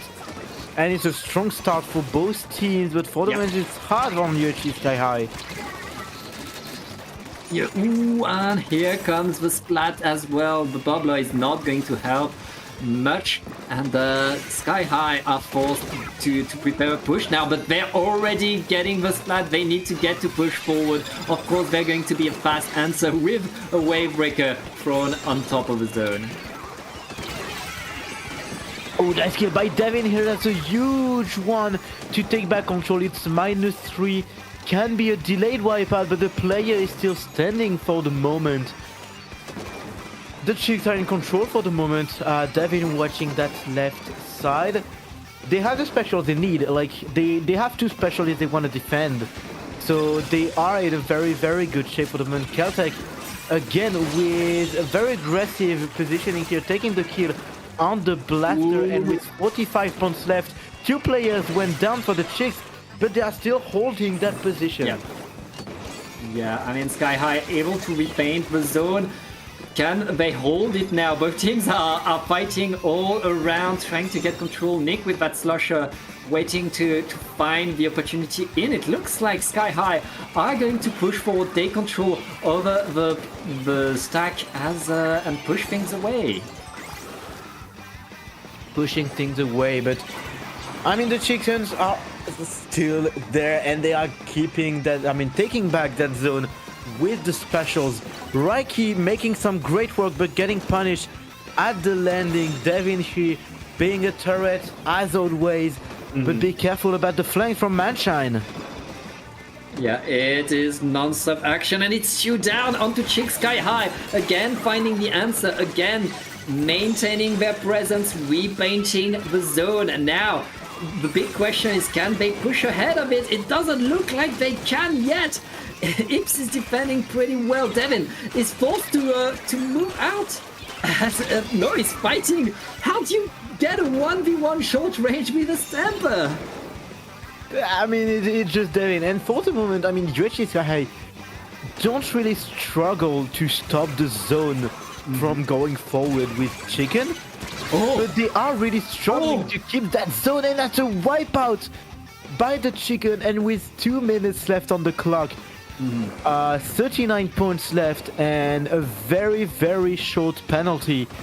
Chickens are looking very good here. Yeah, it's pretty rough for UHC Sky High, but they've shown that they can get the comeback. Here comes the tactical that's going to allow them to move in, but they're kind of isolated. That bubbler is way too far from the zone. Can they bait it? Reiki activating the Zipcaster. Oh, he's looking at Juicy jumping spot, but they're not punished. And the zone is still blue. The strikes are flying left and right. 2 players down onto Sky High. And the Chicks. Reiki missing those jumps. Those were so important and they let them go. Raiki couldn't get the jumps because there was someone else Yeah, on they the were back in to a protect. Slipcast. Raiki was forced to move away, get these 2 juicy jumps, land, especially since one was the decapitator instantly dashing away.